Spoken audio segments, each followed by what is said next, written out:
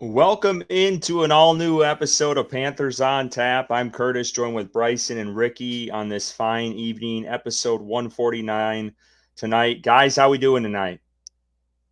Hanging in there, man. It was a tough loss, like the title of the episode says. But Ricky and I had a good time at the game and drank some beer. So I guess if you can't come away with a win, at least you get to drink a little bit.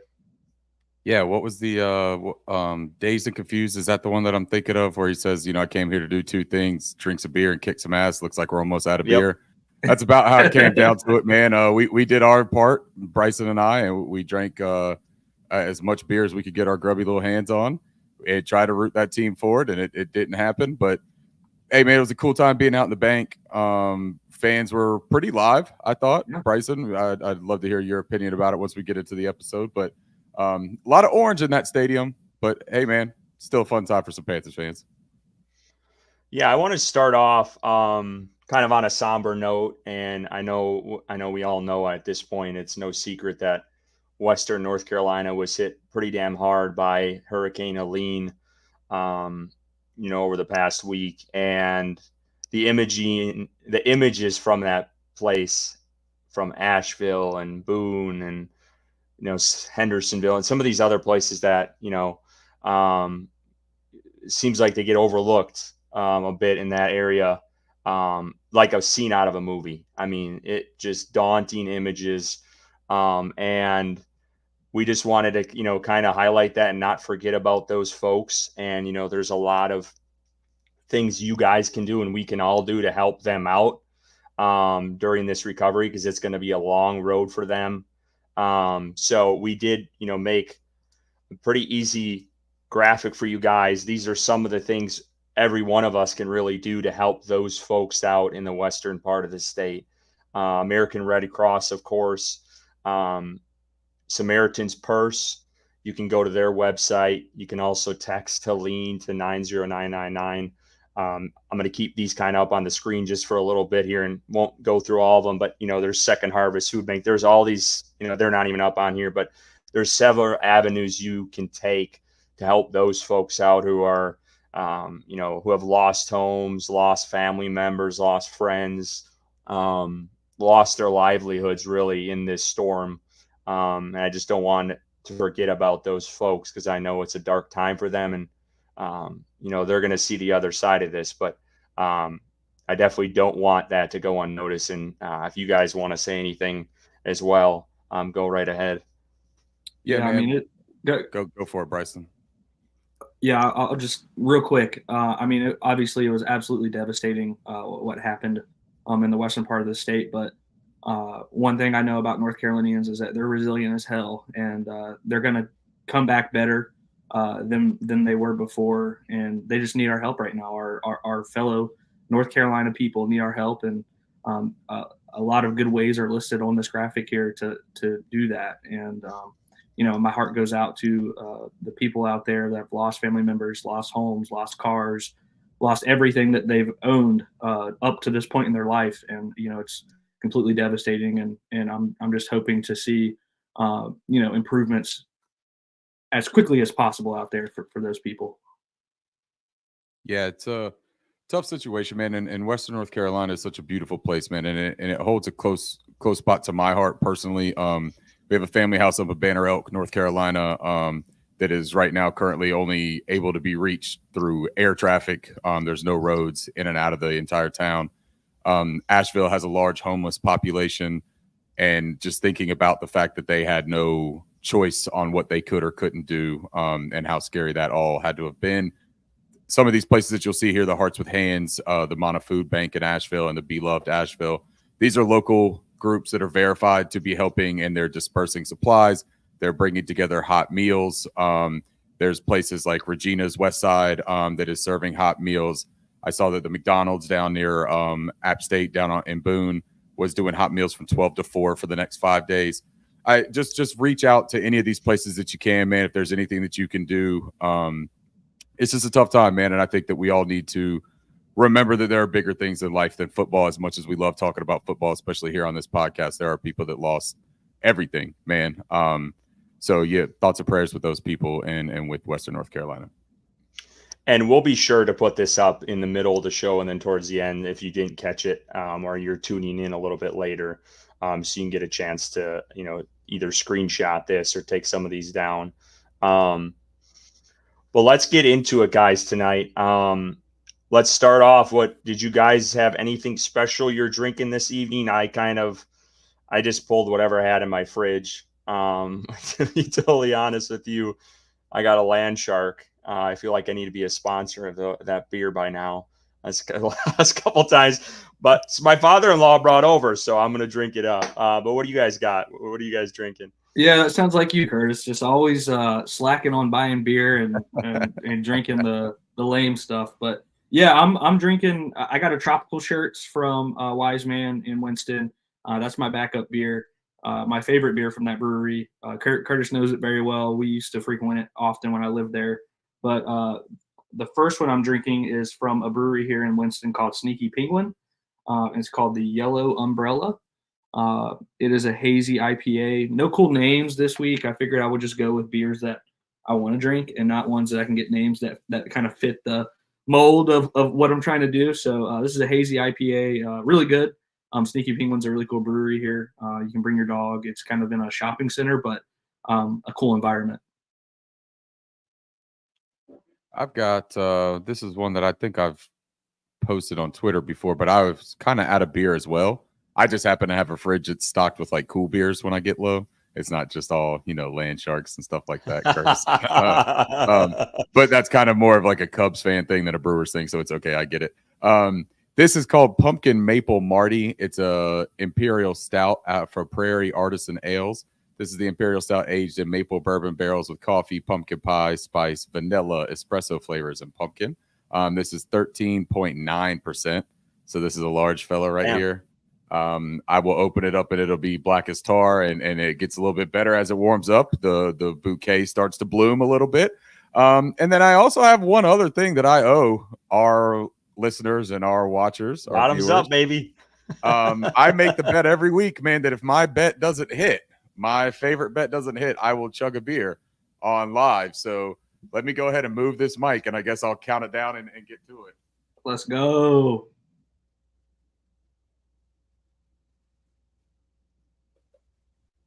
He's built different, ladies and gentlemen. He's built different. Price you pay, right? I guess I'll never make that mistake again. I'm not doing a shotgun race with you, I'll tell you that. If anybody ever needs an anchor for a trivia night, holler at me. Yeah, no kidding.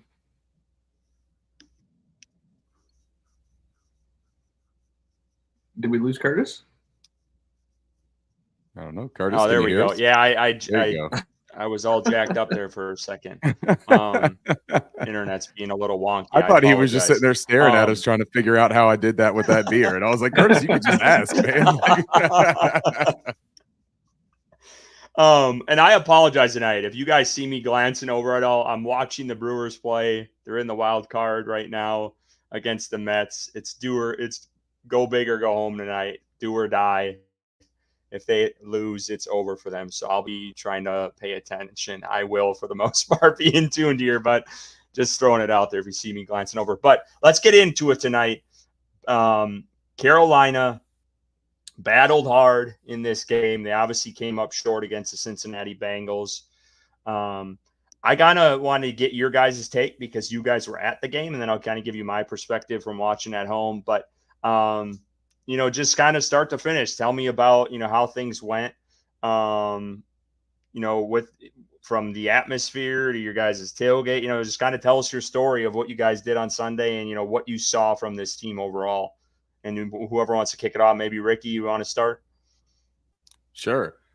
Well, so it was like a last minute thing. Bryson hit me up and just said, do we want to go to the game, right? And then found out that Julius Peppers was having his Hall of Fame ring ceremony. And you give me one good reason, and I think really hard about it. You give me two, I'm there. Good luck trying to keep me out.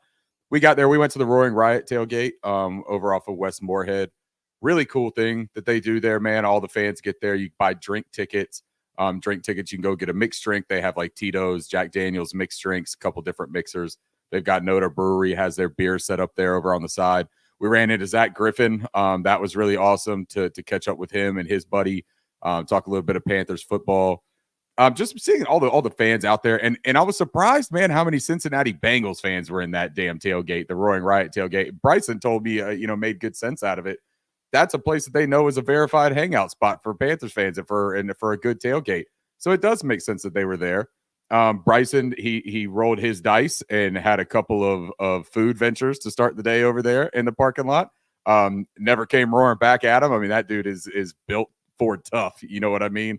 Then we got into the game, man. In the game, we had great seats. We sat in the corner end zone across from the Panthers side to the left of the visitors bench. Terrific seats, great fun, good people all around us. Bryson, I'll let you kind of do a little bit more of talking about the game. But as far as the environment, man, it was really cool. I wish David Tepper didn't charge me $14 for a giant Mick Ultra. But, hey, you get what you get with that fella. Yeah, I mean, just to piggyback off Ricky, I feel like the environment was good throughout the whole entire game. I feel like the fans were kind of energized to a level that I hadn't seen in a while, with chants and getting up on third down and cheering for the team and, just being involved throughout the game. In regards to the game itself, I feel like the first drive kind of set the tone for the Carolina Panthers throughout the entire game, and not getting a touchdown on the 1 yard line on first and goal.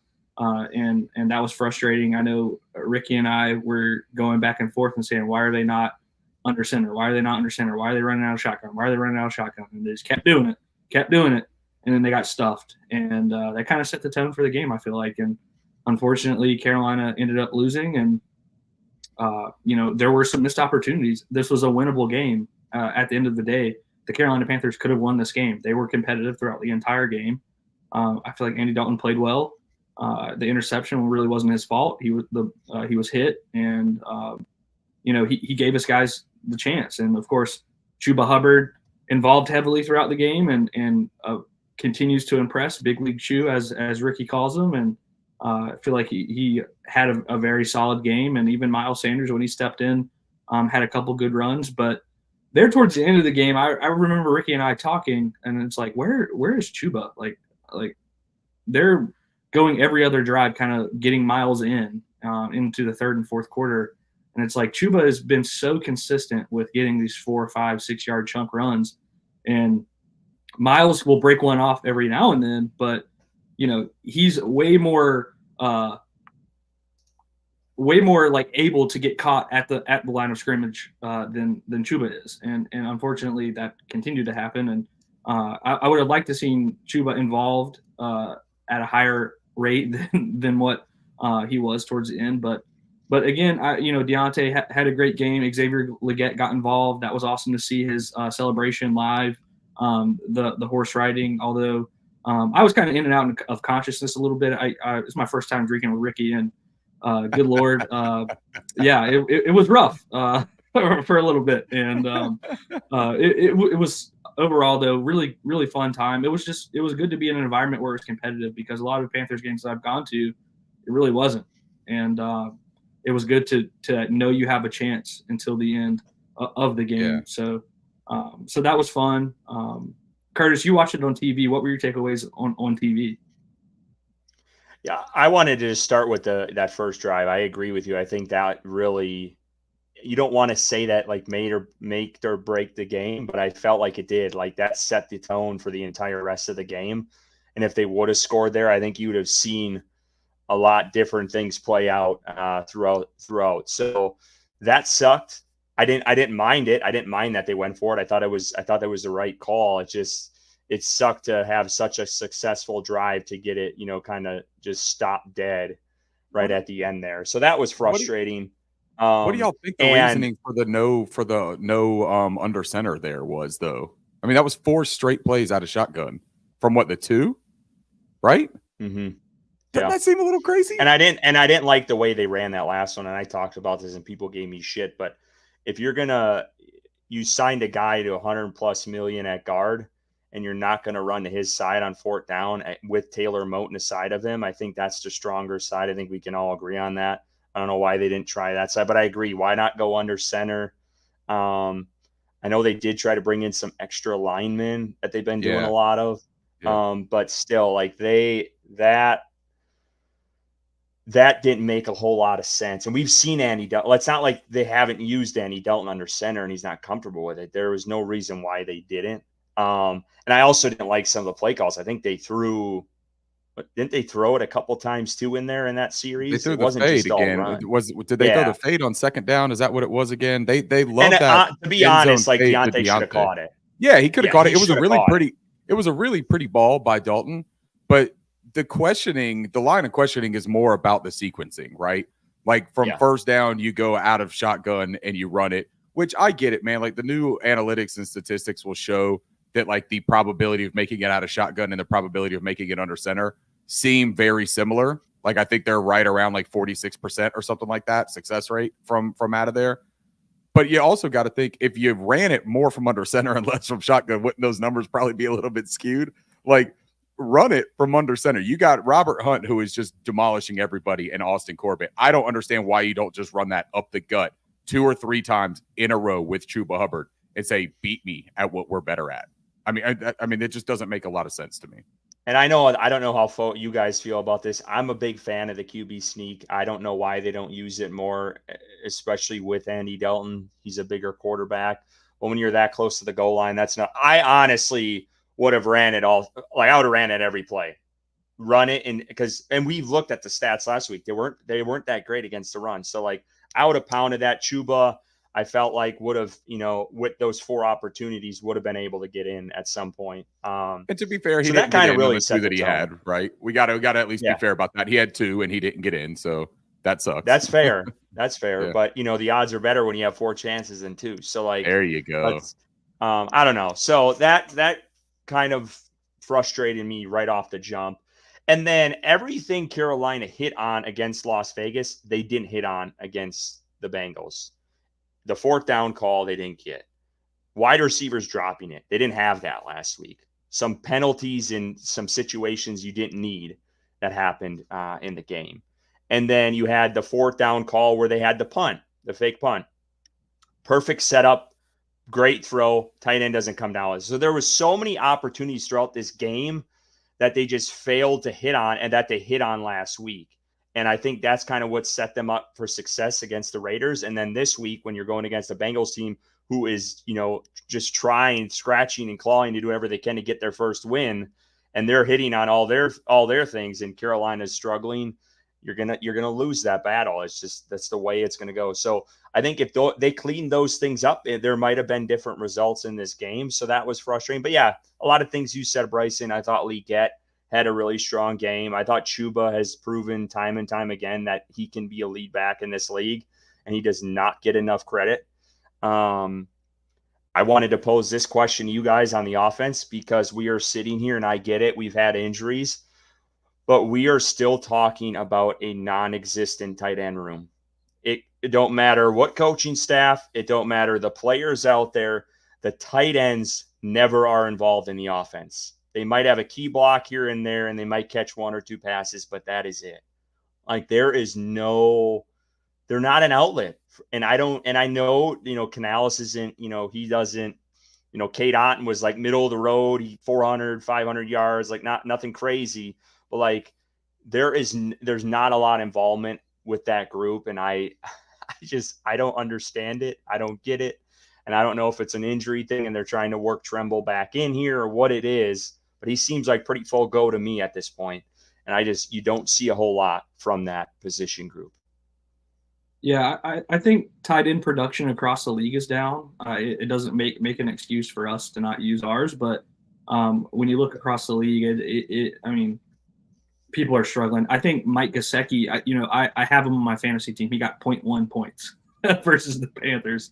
So overall, drafted Laporta in many leagues in the 2nd round. He's been struggling. I think overall across the league, like I said, tight ends have been struggling, but ours have to be involved at some point. Trimble, made that really good catch last week or 2 weeks ago versus the Raiders. But at some point, you're going to have to continue to target them to open up other areas of the offense. Like, of course, when Deontay's getting doubled, then that's when Xavier Legette is open. But you would imagine the tight ends are open as well because of if Deontay's getting doubled and the defense is kind of keying on Xavier Legette as the second guy, then the tight ends are going to be open. So at some point they got to be involved, and Andy's the guy to get them involved at this point. So hopefully we do see that progress and that production coming soon, because I do feel like the tight ends that we have are capable of giving us some kind of production. And I know your favorite tight end is on the way, and maybe he's the one that can step in and give us that. You know, Ricky, I was going to say it. Oh, No, I was going to say it, but Bryson beat me to it at the end there. It's going to make Curtis's head explode when I even suggest this as a possibility. But there's a chance that 80 coming back kind of unlocks a little bit of that tight end room just because of his duality. Now, I know that he doesn't exactly have like, I'm gonna be scared and stay up all night from game planning for 80 as a pass catcher. Look, I get it, man. I'm not saying that, but what I am saying is that he's proven that he can catch the football and that he also can block at a relatively high level for the most part. And what I think defenses are able to do right now with us, there's enough tape out there on rookie Sanders right now that shows he could be a liability in the run game. And if they can kind of overload that side that the tight end is on, and if they motion, they can switch their defensive action. If they're able to key in on that, having Ian Thomas and Tommy Tremble in there at least gives you that little bit of a multiple aspect to your offense where you don't know exactly what's being run. Now, I'm not saying that he's going to open it up. He's not a field stretcher by any means. But we did see Canales rave about him in the offseason program. We saw him using him. I mean, we saw clips from camp and all that kind of stuff that he was doing decently and was catching balls, like athletically catching balls. Like he was up in the air, man, legs spread, catching a pass. I don't think I've seen it before, even in a still shot in practice. So I give him a little bit there. Maybe there's something that happens. But I think the other part of this is that they just don't focus on the tight end in the offense. Everything is run through Deontay Johnson. And we know that. Canales said that from the get-go. But it literally is. Like, he's first read on, 80% of these snaps? So when you're looking at the rest of the offense and they emphasize this quick pass game, I think Andy Dalton got out the most quick passes of anybody in the league last week, if I remember correctly. It was a stat that I saw. So, I mean, he's firing these things off quickly, and the tight ends aren't in the top one or two of the reads unless it's like a tight end screen. They're just not going to be focal points, man. Maybe if you can adjust that, though, I think that's a way that you could catch defenses off guard, is that maybe you can start mixing in a little bit of, first read underneath tight end, first read seam. We saw the play where they had, who was it, Jatavian Sanders and Tommy Tremble last week, where they both busted up the seams. That play looked like it caught the defense completely off guard. They were both kind of open. Andy kind of had his pick on that, and he found Tremble for a beautiful reception. So I don't know, man. We'll see what happens when they bring 80 back, and Curtis, you will be a very happy camper when that day comes. What did you guys think of Xavier Legette at basically Adam Thielen's, fill in for Adam Thielen, and just his new role, I should say, in this offense, with his absence and injury? Did you like it? Like, what? I know, Bryson, you kind of touched on it a little bit, but like, are you excited about what you've seen in that, his elevated role so far, and where do you think he can take it? Yeah, definitely excited. I think he showed progress in a short amount of time in the league, from training camp to week 1 to week 2 to week 3. I think he's obviously, you're frustrated with some of the drops that happened in that game from Xavier Legette, and some in very important times in the game. But overall, I feel like he had a really good game for a week 3 rookie in the league, who came in with concerns about route running and came in with concerns about separation. And I feel like he's been thrown in, and he's looking better than Mingo did at this point last year for sure. So I think Xavier Legette is only going to continue to grow in his role, and with the amount of usage on the field, he's only going to get that much better, because like Canales preaches, there's no better practice than being on the field in live reps. So I think I'm definitely excited about Xavier Legette. I would say to this point, he's probably exceeded my expectations. He's on pace to meet or exceed many of our predictions that we gave to start the year for him. So I think overall excited, and I'm excited to see what else he can put on the field moving forward. Yeah, I think Aaron Duncan has a great film breakdown for Unnecessary Bluntness of Xavier Legette. And I believe it was last week that he did the film breakdown for him. And then he did a little bit of this week too. I haven't watched that yet. But one of the things that stands out with Xavier Legette and his route running is his willingness to be physical, which I think is kind of impressive. Now, look, he's a big guy. So you know that he knows that that's an advantage that he technically has. But he also knows that that's something that could look skewed in a play. He's 6'2", 225 pounds of brick house of muscle, right? If he is to body up on one of these defenders and give him a bump or use his hand to extend that separation, to reinforce separation, he could move that guy off of his spot a lot more than that guy can move him off of his spot. So he could get called for that. But what he's understanding, and this is what Aaron Duncan pointed out really, really nicely in his breakdown that I wanted to give him credit for, is that in the league, you have a whole lot more likelihood of getting away with some physicality towards the top of your route, further down the field, as opposed to being jammed or at the catch point when you're pushing off and extending that hand, they're looking for something. But reinforcing and creating that separation with a little bit of physicality, that's kind of a savvy move. That's a move that a lot of veteran receivers will use.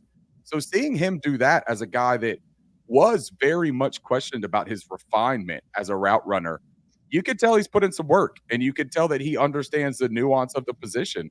So I'm excited about that. The only thing that I would like to see is I'd like to see him use a little bit more downfield still. I do appreciate that he could get open on these underneath routes and on some of these mid-level routes.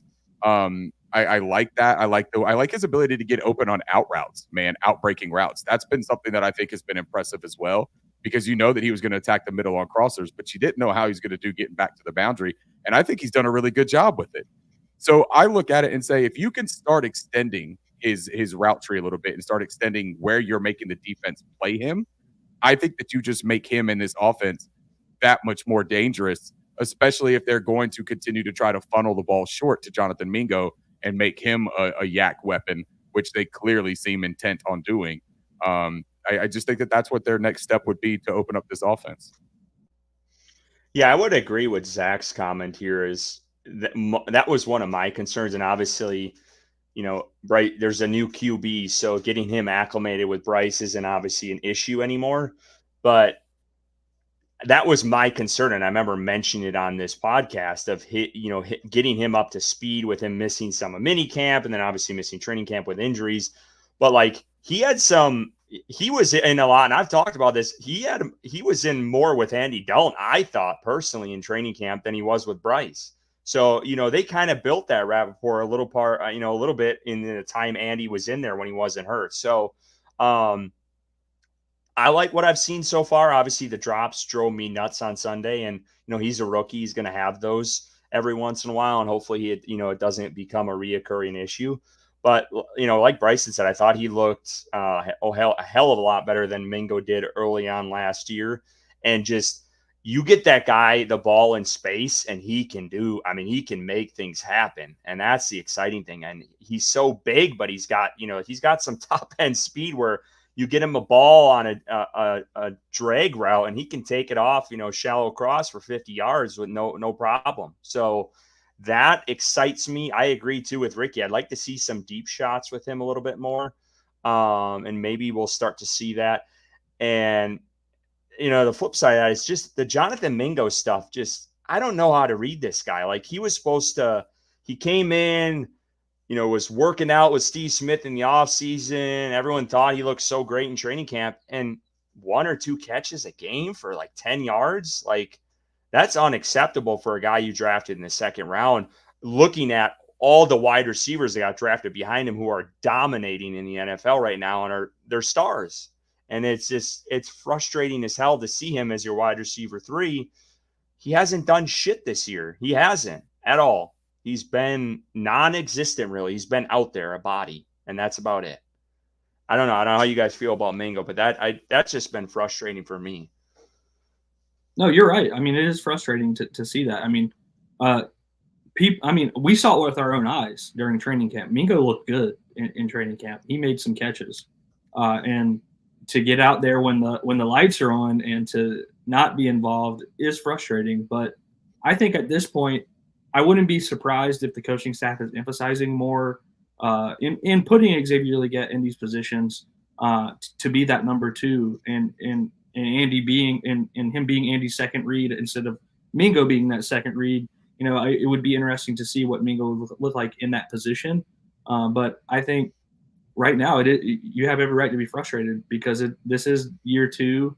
We've seen the progression in the offseason. We've seen all of the hype with, like you mentioned, Curtis, him working out with Steve Smith, and we just haven't seen it on the field, and that's where it counts, unfortunately, for him in this situation. So I'm not giving up hope personally. I am a Mingo fan. I think he's shown promise towards the end of last season, and I think he has it in him. I mean, people were comparing him to A.J. Brown coming out of the draft when he was in the draft, and I'm not saying he's going to ever get to that level, but I think he's got tools. He's got what it takes to be a successful receiver in this league, but he's got to put it all together on Sundays, and we just haven't seen it to a consistent basis up to this point, unfortunately. So maybe he does, maybe he doesn't, but Xavier Legette is taking that wide receiver 2 and running with it right now, and Mingo's in the rear view. Before Ricky jumps in, and I'm going to just say this, and I don't know if you guys agree with it, but this has been brewing in my mind for a while with Mingo. He seems timid, too timid for that position. I don't know if that's accurate. That's just that's the sense I get from him, just his demeanor on the field. I don't know. Sorry, Ricky, I don't want to cut you off, but he just seems like that. And I feel like you really can't be like that as a wideout. Yeah. I wonder if it's timid, because I think there's two ways of looking at that, right? Because I see the same thing you're seeing, but I wonder if it's not timidness, if it's trying to figure out what to do. Like maybe he's not seeing things too much clearly. Yeah. Like I don't know necessarily that physically he's a timid guy, because what you also see is that when he can make people miss, he tries to go forward in the field of play. He's seeking out action. He's not necessarily like getting off the field. He's not looking to end plays early. Like he looks like he's about that action, but it takes him a extended period of time. And when I say that, I don't mean like he's sitting there sit still for 5 seconds trying to figure out his plan of attack, but it takes him an extended period of time before he reacts. Like he has to actually figure out what his plan is once he gets the ball, instead of having that formulated and acting instinctively. I think that's a fair observation, honestly. What I'll say about Jonathan Mingo is that I think that this is going to sound not great, but I think this is where I'm at with it. I think that Jonathan Mingo can be a very useful NFL wide receiver. I don't think he's ever going to be a very successful NFL wide receiver when it comes to statistics. I think that one of his strongest points of his game is his blocking out of the wide receiver alignment. I just think that is literally his calling card. And while that is not a bad thing at all, because there are very good wide receivers that also do that, Puka Nacua is a great example of somebody that is revered for his blocking, but also is a dynamic pass catcher, a route runner, and knows what to do with the football. Jonathan Mingo, I think, is going to be a specialist in that regard. I think he'll always find life on a football team because of his ability to block and because he can be a bowling ball when he has the ball in his hands. It just doesn't happen consistently. And I still don't think that the field awareness is all there. I think that there's a lot that still has to work out. It kind of reminds me ever so much of Bryce Young, how during training camp, during practice, during 7-on-7s, even during 11-on-11s, in shells, he's got the goods, man. I mean, he's a physical specimen. He can play the game. He knows how to do it. But once Sunday comes up, that brain just gets a little bit extra going on, and it slows you down just to a point where it could be detrimental to your game, because we know that football is an instinctive type of game. A lot of it is muscle memory. A lot of it is creativity at the point of the catch. And I just don't know that we'll ever see that. Kevin Ketchy pulls up a great thing here. I wanted to read this before I got off my soapbox here. And he says, Legette reminds me of a newborn giraffe. He hasn't quite calibrated his physicality and coordination yet. His legs and arms feel a little bit all over the place at the moment, and body catching is surprising. I couldn't agree with it more, to be completely honest, man. The body catching is the thing that kind of has shocked me, and that's where some of the drops come from with him, is he's letting that ball get inside of him. But also, I think what Kevin points out there about his legs and arms feel a little all over the place because he hasn't calibrated that coordination. That's part of why he dropped that or didn't get that foot in on the 2-point conversion, is because he just wasn't in lockstep with his upper and lower body. The positioning, that ball got into him and it literally pushed his body backwards and it changed the trajectory of his back leg. So like once you start to get those parts in kind of coordination and in timing, all the rest of the stuff that we're seeing, man, that's lethal work that Xavier Legette has that other guys in the NFL do not have.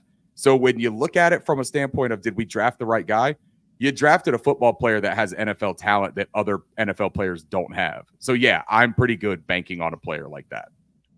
And just to add to the Mingo comment you had about blocking, I do agree with you on that. I think he adds value there because I was looking this up on my phone, and I tweeted this out during the game. Was Mingo had a really nice block on that Hubbard run. It was like a 17-yarder that he had in the game, and I don't remember at what point it was late in the game or what, but he had that set that up really nicely. So he does. I give him credit for that. He is a solid blocking wide receiver, and that's probably why there's value there. But there's mistakes that I thought he was going to be cleaning up from last year that he just hasn't. The fumbles, drops, things that have happened these first couple of games of the season that I thought were going to improve this year and just haven't. So, but I think he deserves some credit there on the blocking. Let's talk about Andy Dalton because we haven't really touched on him much. His second game as a Panther, we'll just real quick, what were you guys' thoughts on him? And then we'll kind of slide over the defense and how they played in this game. Yeah, I mean, he had some misses. One that sticks out mostly to me is the Miles Sanders miss that I believe it was third down, and he missed Miles Sanders on a little bit of a out route out of the backfield and would have been a first down kind of into the drive. But had an interception, like I said earlier, wasn't really his fault. Got hit, the ball fluttered, and he let Von Bell know that Von Bell got an easy one on him. If you watched that mic'd up, which was funny, but I think overall, I mean, he's continued to do what I expected of him, and that is he's getting the ball out quick. He's decisive. He is taking shots when they're there, and I mean, I'm happy with him. You look at all the charts across Twitter. He is in the top right corner of EPA, getting the ball out and so forth. I think he's doing everything that you can expect of a backup quarterback that's 36, 37 years old, and doing more actually than what you would expect of someone in that position. And overall, I'm happy with his play. I think he gives the offense a chance week in and week out to win games. And you just have to worry about the other side of the ball that we're going to get into in a little bit that's been struggling. And I would say if I had to give him a grade for this game, like a B, C, D, I would grade him at like a B- in this game. I think there were some areas of improvement that I'm sure he would agree with, but I think overall, if your defense plays well, you had a chance to win that game. Yeah, that's the beauty of Andy Dalton almost, right? Is that he's continuously keeping you in the game. He may not be running away with it. Now, he did against the Raiders. He won that game almost single-handedly. He played with a balanced offense and everything, but he made some like individual plays that were just like, holy shit, look at Andy Dalton. I heard him say that he wasn't all the way gung-ho about like the Red Rifle nickname at first and that he hadn't bought in. Bryson just gave me a great idea for his nickname. If he doesn't like it, he could just be called Top Right Andy, because that's where you can find him on about any of these damn analytical graphs. He is top right, man, and that's where you want to be. And that's been a place that we haven't seen a Carolina Panthers quarterback in a long, long time. So all these conversations about what do you do with Andy Dalton, like how do you go off forward with the team, like what's your preparation, like what is your long-term plan? Man, I don't care right this very second. You keep playing Andy Dalton because he's playing at an elite level right now. Like no matter how you want to shake it, if you just look at the rest of the NFL and the way they're playing in these 2 weeks, just these 2 weeks. I'm not talking about Pat Mahomes the past 4 years. Everyone knows he's better than Andy Dalton. Come on. Everyone knows Josh Allen's more physically talented than Andy Dalton. But Andy Dalton is keeping the Carolina Panthers team in games. And that Cincinnati Bengals team was backed against the corner. We talked about the perfect storm that the Panthers rolled into Las Vegas with last weekend, the Bengals came into this one with a pretty dang nice setup too when it comes to like all of the right little check markers, right? They were 0-3. They had their back against it. They had a team coming off of an emotional win. Second start for a backup quarterback never goes as well as the first start for the backup quarterback. I mean, they had all those things, and we were in this game until towards the latter moments of it. And again, man, if you don't give up that touchdown before halftime, if you punch it in from the 2 to open the game, if you know what I mean, like there are so many little things that honestly I expect to go our way more often than not with Andy Dalton at the helm and with this coaching staff. I think that this is a positive sign. I hate that like take a sentimental win from a loss because I don't agree with that. But there are differences in losses, right? And this one doesn't feel like everything is at the precipice of the end. Like this isn't doom and gloom. We have something that we can build off of, and we're going into a winnable game this week. Now, Bryson touched on what I want to get to. So, Curtis, go ahead and give your Andy Dalton thoughts, but then unleash us onto this defense because, man, I am real upset with the way that has gone so far. Yeah, and I'm gonna wait and make you wait a little bit longer because I do have one more question. But I think Andy Dalton proved the Raiders game wasn't a fluke. Like he came out, he competed again, kept this team in a game against a team who is the past couple years under Joe Burrow and company has been a playoff team deep in the playoffs. And, you know, they fought hard. They played well. They were in most of this game up until the bitter end. And he did a lot of what he did last week. Like Bryson said, he took shots when he needed to. He gave some of these guys chances that we didn't see Bryce Young take those first couple of weeks. And like most weeks, like even if it was 3rd and long, you still thought there was a chance you get something out of it and, you know, keep the drive going. So, yeah, you got to keep rolling with them. There's no doubt about that. So I'll keep that short. But I did want to ask this about the offense while we're here, because this has been talked about by a lot of people and has been kind of swirling really in the national media. It's been created by them. And I don't know if it's really more of them like, yeah, Carolina sucks, and why wouldn't they try to, you know, give away some of their talent and be, you know, sellers at the deadline, the trade deadline. But thoughts on Deontay Johnson and Adam Thielen as trade targets. I think November 3rd maybe is the deadline. I can't remember. I know it was extended by a week. But would you guys be willing to part ways with either of those guys? Adam Thielen, I would lean more towards possibly because, you know, he is towards the end of his career, probably wants to be involved in a team that's competing for a championship, and still has some talent. I mean, look, we saw he's kind of been missed a little bit in that consistent 3rd down catcher, fighting his zone, and I think he could make a difference on one of these teams. And you know, what's Carolina going to do? He's got 1 year left on his contract, and he's not going to be around when the Carolina Panthers are really competing for the division. So, yeah, if you can get some compensation and move him, do good by Adam Thielen, which I don't know if I would necessarily want to based off of some actions this season, but do good by Adam Thielen and move him to a contending team, possibly. But Deontay Johnson, I don't see the benefit of moving on for him. I know he's not under contract after this season, but he is proven he is the number 1 receiver on this team. He is the best wide receiver we've had since DJ Moore left, and Deontay Johnson might be better for this team. So I think you got to do everything you can to try to get this guy re-signed for the future. I don't know where he's at in regards to if he wants to stay in Carolina or not. We've heard, you know, the pundits across national media say, oh, he's gone from Carolina after this season anyways. I don't know if I believe that whatsoever, but I think for Deontay Johnson's case, you have to approach him and you have to try to get that guy re-signed because he's proven with a competent quarterback, he is the guy. He is a number 1. And I've been extremely impressed with him through these past 2 weeks. And I just don't see it. You trade him and, like, what are you doing for your future? This is still a younger receiver, you know, talking about across the league, and he can be here for the future, and he can provide that help that you need for a younger quarterback that comes in, or even Andy Dalton if you move forward with him for the next couple of seasons. He's proven to have a connection with Andy up to this point, and I think moving on from him is just kind of throwing in the towel this season. As a fan, I don't want to do that. You get some compensation for him. Maybe the front office sees, okay, yeah, he's not staying here this year or after this year, and you can get a third or fourth round pick for him, and you get something instead of letting him walk for nothing. Sure, that's a different story. But if he's interested in staying and you're trading him because you want that draft compensation for the future, I just don't agree with that mind frame.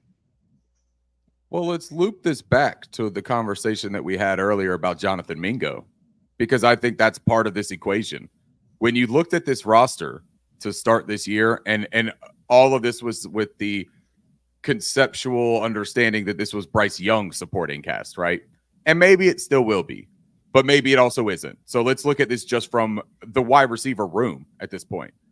Xavier Legette is showing that he's, at worst, probably a wide receiver 2 in this league when he fully develops. Like, at worst, that's probably where he is a great complementary player. Deontay Johnson is, at worst, a great wide receiver 2 as well, but he's showing that given an opportunity and playing in the right system, playing with the right complementary pieces, he could be a 1. Now, what happens if Xavier Legette actually develops into a better football player, a better wide receiver than what people are trying to anticipate him being at this point, and he ends up being a dominant number 1? And Deontay Johnson could be your complementary number 2. First of all, their skill sets are extremely harmonious in what they are good at, what they can work at together, the versatility from an alignment standpoint for both of them. I mean, both of those guys are inside-out players, and they're completely different frames, but they can do the same things that you would want a guy to be able to do inside and out. So when you look at it and you say, if Adam Thielen's going to go, I'm fine with Adam Thielen going. I'll keep that short and sweet. I like him, great guy, whatever, or decent guy. I don't know, really. I'm not going to get into that. Whatever. I'm okay with him going. If he wants to go elsewhere and we want to do right by him and somebody wants to take up some of that salary cap, as long as we're not sitting there footing the bill for him playing somewhere else, I'm okay moving Adam Thielen. But then you get into the fact that Jonathan Mingo is not wide receiver 3 here, most likely. Like, I don't think that he is a productive NFL wide receiver. I think he's a useful guy. I think at that point, you're still looking at bringing in somebody else. But here's the kicker again. Deontay Johnson is going to cost some money. Why are we afraid to pay him money? Isn't he a really good wide receiver? And don't teams need really good wide receivers? And then you got Xavier Legette on cost control for 4 years with a 5th-year option because you traded up into the first. And you can say, well, all of this was under the idea that it was going to be Bryce Young and he was a cost control quarterback. He still is. And if you draft a rookie quarterback, you get to start that clock over. So what are we arguing about here? You spend the money when you don't have to spend it on these marquee positions. You already got Derek Brown locked up. You got a decision on J.C. Horn. There's not an edge rusher in that room that should get any money. I mean, let's just be honest about that. From the other positional standpoint, you just drafted Trevin Wallace. You know what I mean? Like where are you looking to spend your money if it's not the edge and the wide receiver position? You drafted a running back. You gave all the money to the interior offensive line. Allocate your money to the positions that you're weak at. You're weak at wide receiver and you're weak at edge. That's where you spend money. So if Deontay Johnson is the best wide receiver for the money, you pay him and you don't think twice about it. Trading him, the only way I guarantee that I'd be okay trading him is if someone gives me a round 1. And I mean that. You could give me a round 2, but a round 2, what is that going to turn into, man? Jonathan Mingo? Terrace Marshall Jr.? It ain't nothing for me to sit there and say, yeah, it's worth it. I don't necessarily want to lose him for nothing, but why the hell are you risking losing him at all? Just sign him. Pay him the damn money. You know what I'm saying? That's my 2 cents on it. No, I love every minute of that, and I just want to bring this comment up because it's damn true with what you were just spitting out there. Adding Ricky Raines to this show is like adding Jerry Rice to the 2015 Panthers. I love it. Amen. And then here you go. Ricky's cooking. He's in the kitchen today.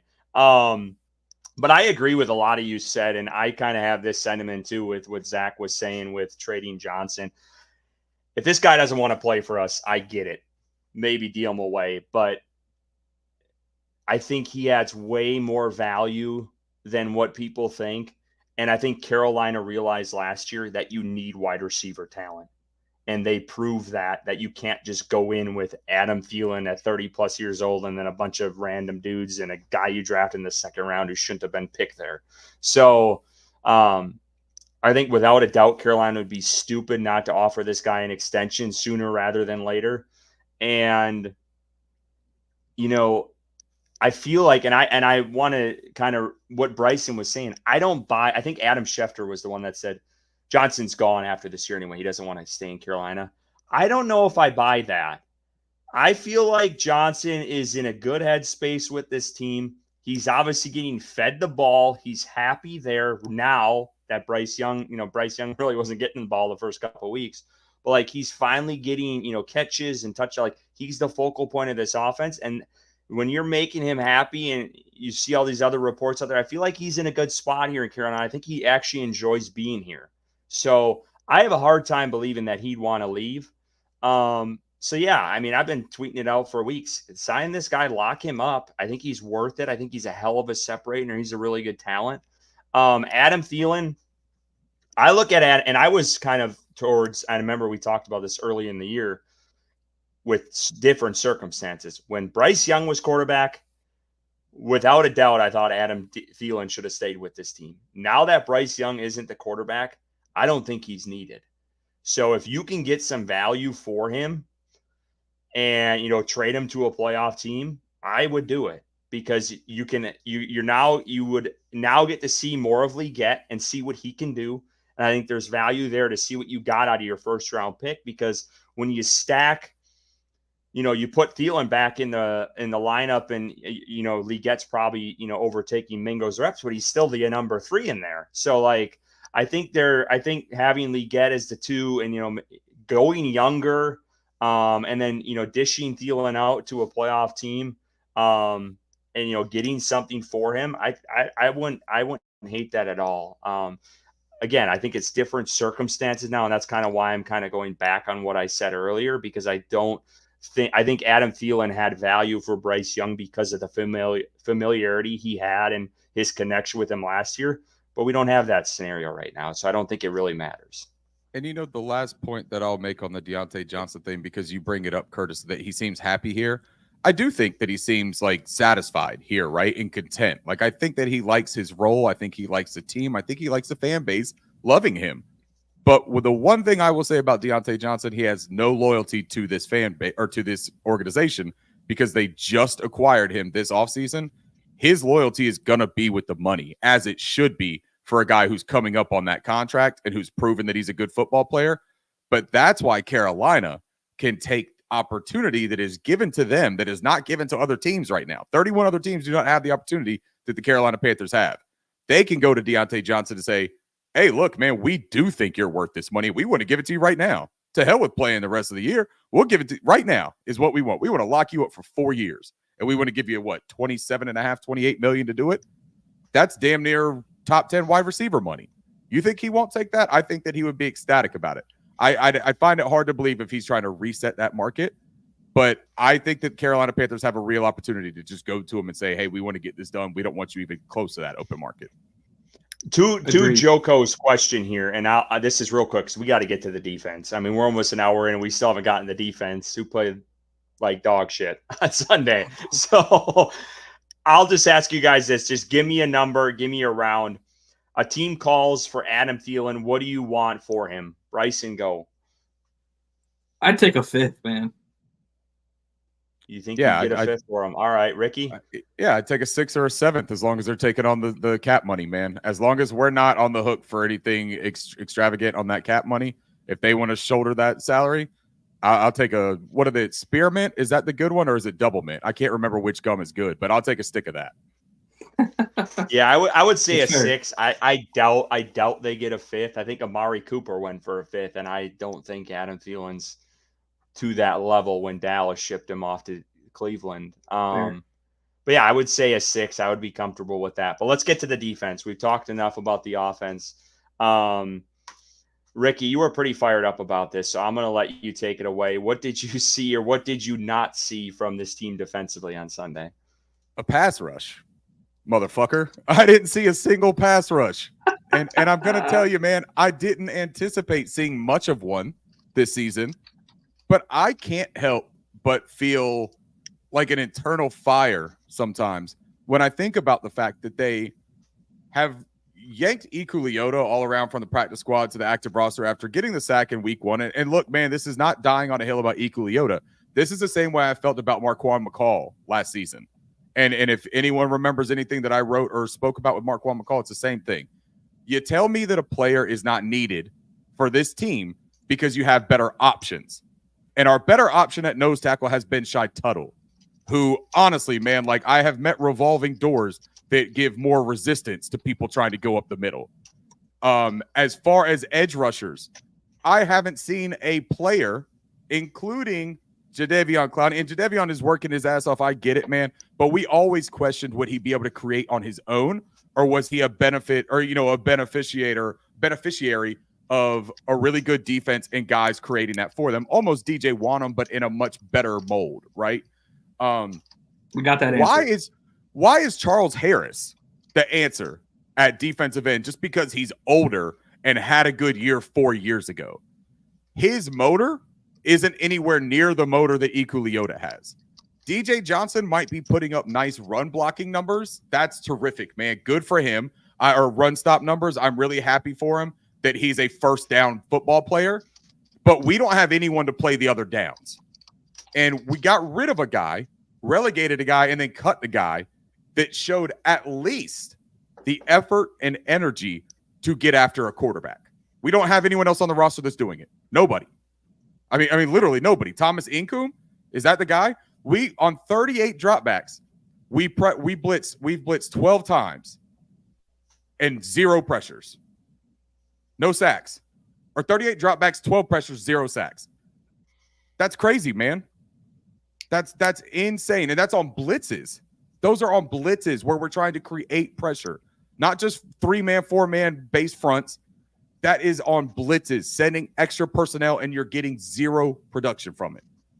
Evero's got his hands tied. I get that. But Evero also vouched for some of this as a defensive coordinator, in my opinion. And at some point, dude, don't we have to look at this and say, all right, man, do you think you're too smart? You think you got that big old brain? I don't remember what the thing is from the Guardians of the Galaxy or whatever that weird shit was where the big brain guy was just floating around. But that's how I feel like Evero is sometimes. He just that big brain dude who's just walking around showing it off to everybody. But the brain is a little bit misfiring right now. And I'm going to need to see something happen that's going to justify some of the personnel moves, because right now, dude, I mean, we're in a world of hurt, and I don't think that there is much salvation for us. But did Dan Morgan give him any favors? Let's be real here. I mean, they lost 5 starters last year. Well, we're going to find out if Dan Morgan gave him any favors once DJ Wanham decides that he's healthy enough to play football. And Amari Barno, the secret weapon that we kept on the roster, the 6th rounder who's all of a sudden going to answer all of our prayers, he's going to come in and he's going to fix everything. Like that's what I'm saying though, man, is that like this does come back to even off-season preparation. They signed K'Lavon Chaisson. They signed K'Lavon Chaisson to be the guy to help out in the rotation. I mean, what rotation? Is it the fact that he was running around like some sort of twister in the sand out there in Florida? Is that the rotation? Because it definitely the pass rusher rotation here in Carolina. We don't have one of those, man. DJ Johnson goes out there first down and he stops a run for only 3 yards, and then he goes and he catches wind for 7 plays because he's not a pass rusher. But you traded up to get him, man. I don't know. I'm fired up about it, guys. What do you think about this? Am I completely like just off my rocker because I'm pissed off about this? I know it was supposed to happen, but this is worse than it was supposed to be, man. No, it's bad, Ricky. You're not overstepping your boundary here or anything. Yeah, I mean, look, the defense is running cover 3 57% of the time, which is more than any other defense in the league is running any other style of defense, and it's not fucking working, and you're still doing it. They gave up 34 points to the Bengals. It's hard for any offense to overcome 34 points, much less an offense that's still trying to figure shit out with a backup quarterback in.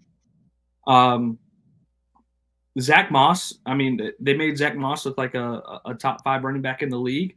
It was frustrating to see that live in person when we were there. Not to mention the fucking play where Jamar Chase catches it for like a 10-yard catch over the middle, and there's 3 missed tackles, and he takes it 60 yards for a touchdown. Dude, if either of us were out there, we could have wrapped up and brought Jamar. I mean, it was frustrating, dude, and it continues to be that. Like, I understand, yeah, there's been injuries on the defense. You lose Derek Brown, you lose Shaq Thompson this game, you lose Josie Jewell, but you still got guys out there like J.C. Horn, Nick Scott, who this defensive coordinator called a starting safety, Xavier Woods, who did have an interception in this game, but missed that tackle on Jamar Chase, which he kind of came up to the plate and said that he did and he should have wrapped up. But it's frustrating, man. And when you're trying to manufacture this pressure and it's not getting there, you blitz 12 times and you have 0 pressures, you got to figure something else out. You got to go back to the drawing board and say, this shit isn't working. They've run cover 0% of the time. They've not stepped on the field and ran cover 0. You know, you have these defenses across the league, like Brian Flores in Minnesota, who keeps doing these creative things and getting that defense going. And I think Minnesota's defense isn't like riddled with talent all across the line, the linebackers and the secondary, but they're making it work. And unfortunately, in Carolina, it just hasn't up to this point. And for this team to win games, this defense has got to come away with some stops. This defense has got to get pressure on the quarterback. When you give Joe Burrow as much time as he had in that game behind his offensive line, who's missing their left tackle, and just he's got all day to throw, and then Clowney gets home on finally what a would-be sack and then misses it, which it resulted in an interception, but that should have been a sack. I'm not mad at the interception, but that should have been a sack. He was there. I mean, like I said, we got our answer on Clowney. Like he's aged, obviously. He's still a good player, but he has to have someone opposite of him to draw some attention away from him.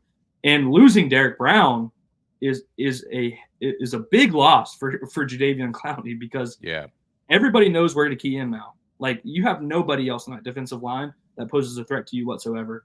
Charles Harris is not the answer. Charles Harris and Deshaun Williams, bro. Yeah. DJ Johnson is not the answer. Maybe Wanham comes back and he surprises Curtis and has some production there on that side. But, you know, this is an area of weakness, probably the biggest area of weakness on this team right now. And it's frustrating. And we had our concerns coming into this season. I don't think we expect it to be this bad. Like, they are struggling to get any sort of pressure whatsoever on any play in any game. And it's just, they have to do something, man. And I don't know what the answer is, but that's why, you know, we've considered Ejiro Evero one of the best defensive coordinators in the league. He's got to figure it out. He's got to do something different. The cover 3 isn't working. Stop running that 57% of the time, please, because it's not working. Your safeties can't tackle. You got Jamar Chase taking it 60 yards. Stop it. But isn't the problem? Real quickly before you go, Curtis, let me just say, isn't the problem though that Evero put all of these players on this roster, like handpicked a lot of them to fit the scheme? And now when we're sitting here, we're mad about the scheme because, again, I'm with you. A good defensive coordinator, or a good coordinator, good coach, period, can adjust and can answer when something isn't working, right? This is a recurring theme where it's stubbornness and a lack of adjusting and a lack of creating answers to problems. And it's just more of like, we put all of our eggs in this cover 3 basket. And look, you saw what the Bengals did intermediate work.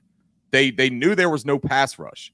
T. Higgins, man, I can't tell you how many times Bryson and I were in that stadium and we heard Bengals fans yelling T because he caught so many passes. And intermediate working in front of JC because he knew the responsibilities. He knew what the defense was. But he would get into that soft spot intermediate level, which you don't always have time to get to because of the pass rush, right? Didn't have to worry about it.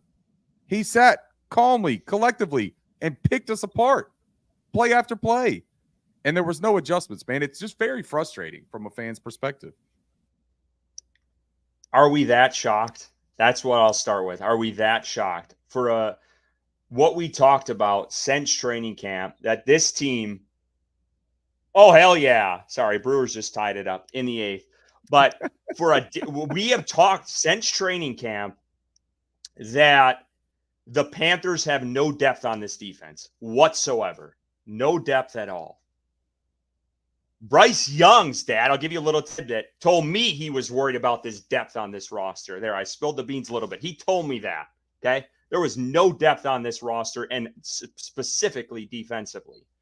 So there was a quarterback. Why are we that surprised at the struggle of this defense when you had the guy who was supposed to be your number 2 corner gets hurt before the season, goes on IR. The guy you were going to put aside, Jadeveon Clowney, who was supposed to be ready for training camp, wasn't, who then wasn't ready for week 1, and who is now not ready for that week 4 window. So he was supposed to be your answer there, and he's not. And then you add in all these pieces, and then you compound it with the injuries. Derek Brown, your best player across on the entire team, out for the year. Shaq Thompson, a damn good player, led the team in tackles, great leadership in the locker room, out for the season. The guy who was supposed to be the second coming, according to Bryson, Josie, injured. So you compound all that. I am not blaming Ejiro Evero. This guy literally was given bottom of the barrel. Now they brought in some of his guys. I get that, but they came on the cheap. Like he wasn't able to get some of these, they invested heavily in this offensive line. That was their focus, the offense. They didn't heavily invest on the defensive side of the ball. And I don't think anyone can argue that. So, Evero did bring in some of these guys that he was familiar with. But and 2 of those guys are hurt right now. Plus, you lost 2 starters in this defense, and you lost 5 starters to start this season. In the offseason. So there was so much turnover, and I think a lot of us, and I tweeted this out early in the year, I think a lot of us, to a fault, were naive that Evero was such a good coordinator that he could fix and patchwork all these holes, and he did a hell of a job last year. But I think they lost so much this offseason. And then what they've lost already injury-wise on this defense, I can't blame the dude. Like, you had Mike Jackson coming in a couple days before the season, and he's played really well. But, like, the dude had no familiarity with J.C. Horn in that secondary whatsoever. And he's played well, but, like, that's what he's dealing with. Like, I don't knock him for that. I know I tweeted out, like, why are we playing 10 yards off the ball on a 3rd and 4? Like, I get the gripe there in some of those play calls. But the dude he's playing tied behind hands behind his back. He really is. What about the fact, though, that you literally let Frankie Louvu go to another team specifically because of role on this team, as opposed to role that he would have anywhere else that might look at him and say, this dude is a monster as a pass rusher and as a free roaming defender. And Evero was so bullish on the fact that's not what he wanted out of Frankie and out of that position that he said, and this isn't even knocking Josie Jewell, but this is the point of it. Josie Jewell doesn't rush the passer. Shaq Thompson doesn't rush the passer. Zach Griffin's comment is up here because he said, the pass rush is so bad that they had Wallace, a middle linebacker, an off-ball backer in an edge, and he's a rookie from a 3rd round. That they didn't have the plan on putting him there because that's not even what he did in college. So how the hell you got that plan when you never seen him do it, but you refuse to let Frankie Louvu rush the passer more and change up that position a little bit? That's on Evero for me. That is a stubbornness and a resistance to playing to your playmakers. And I think that terrific coordinators, they identify their playmakers and they scheme to them. Man, that's what they do. That's what Mike McDonald did with Kyle Hamilton. Hell, that's what he did with Roquan Smith, even out of Chicago coming to Baltimore. I mean, that's what you do. Justin Mbaduke, right, did the same thing. That's what you do when you have talent. He's doing it right now with the defensive ends out there in Seattle. They don't have talent, Ricky. That's the problem. But Carolina Frankie Louvu had talent on that. Frankie Louvu had talent, man. Pay him the damn money. Look at Frankie Frankie I agree with you on that. But I also think Washington. Frankie Louvu wanted to play with. He wanted to go play with their head coach. I mean, that's he wanted to play in a more aggressive role. And all I'm saying is that what Evero could have said was, hey, yeah, you know what? We get Steady Shaq back. Maybe we draft a linebacker and we let him play a little off ball, learning next to Shaq. And Frankie, we might just make you this wild card. We might just make you this big star that runs around and does whatever the hell he wants. Why not? I mean, if you're not relying on him to be the guy who fits run gaps and is secure with tackling all the time, if you let him be a dynamic football player, I don't know, man. Maybe I'm also just overcharged from the loss of Shaq and Josie. So now I'm thinking about Claudin Sherless and Trevin Wallace taking over the linebacker position. You know what I'm saying? Like, just listen to the words that like you have to get to. And I'm like, how did we let some of these talented guys? Brian Burns, I get, dude, that was $30 million, right? And you could recoup some trade back for him. That's not even something that I'm going to get into at this point. Like, that's over and done with. But the free agent, but the free agent signing for a guy that you could have signed that would have stayed here if his role was different. I just think that's a little bit on Evero individually. But can you say that for sure? Can you say no, I that? can't. Of course not. But I will. Like, I will say it with gusto on this show for sure. But like, he was like, from what I understand, he was given similar money. No doubt. No doubt. I believe it was more money. He was I thought that we offered more. He really wanted to play for Dan Quinn. Like, I think that like that's who he wanted to play for, and I don't know. Because of the system. And you're right. Maybe his role, he didn't like his role in the Evero system. I mean, you could be right about that. I'm just saying, like, I don't know for sure that was the case. I just think it's the all of it on. Yeah. I just think it's unfair. I do. I think, and I do think Evero's I'm an unfair person sometimes, Curtis, and I'm okay with that. Bryson, any rebuttal on any of that? No, I mean, you both have good points, but I would say I am surprised at how bad the defense has looked up to this point. Yeah, there may have been a little bit of more over-reliance on Evero's system overall, in hoping that, he can make it work with the players that he has in the system. But overall, I mean, the defense has been one of the worst in the league. And you can talk about there not being talent on that side of the ball, but there is some talent. Like, Jadeveon Clowney came from Baltimore with double-digit sacks. J.C. Horn is one of the best corners in the league when he's healthy. We all agree on that. You got Xavier Woods at safety. Shaq Thompson and Josie Jewell both came out of this game injured, but two very good, serviceable linebackers. I think overall the defense has been disappointing. I don't agree with like not being surprised, because they've been piss poor. Yeah, unacceptable. Sorry. Did the Brewers just score another home run? Damn, home run. Okay. So it looks like the Brewers are going to stay alive and have another chance. But we got to get a baseball team here in North Carolina. I think Raleigh's trying to get one, so we'll see if that happens. But I might become a baseball fan then. And until then, I'm just pulling for the Brewers to lose, because Curtis chose Duke over Carolina just because I was a Carolina fan. So everybody wins when Curtis loses. That's the rule here. But I wanted to just get one more thing, because I can't remember who brought this up. Oh, I think someone Carter brought this up, and I think this, and I've tried to kind of hint at this when we've talked this offseason, because I think a lot of people, I was excited about Jadeveon Clowney. There's no doubt about it, but I think a lot of people bought into what he did last year when he played on a very stout Ravens defense with Mike McDonald, who's one hell of a coordinator, who got a head coaching job in Seattle and had his best season. And he comes to Carolina really on an island, and you haven't seen the impact. Now, he's had pressures, and he's had one sack maybe. But I'm not surprised by the lack of numbers he hasn't had, because the guy's 30 plus years old. Okay. He's really good against the run, and he has those sack numbers, but the way he played with the Ravens last year, I don't know. I'm not shocked that he's struggling to this point. And I've tried to kind of hint at that, like, hey, he did play on a pretty stout defense this last year. And I think people fall into that trap just because of the name.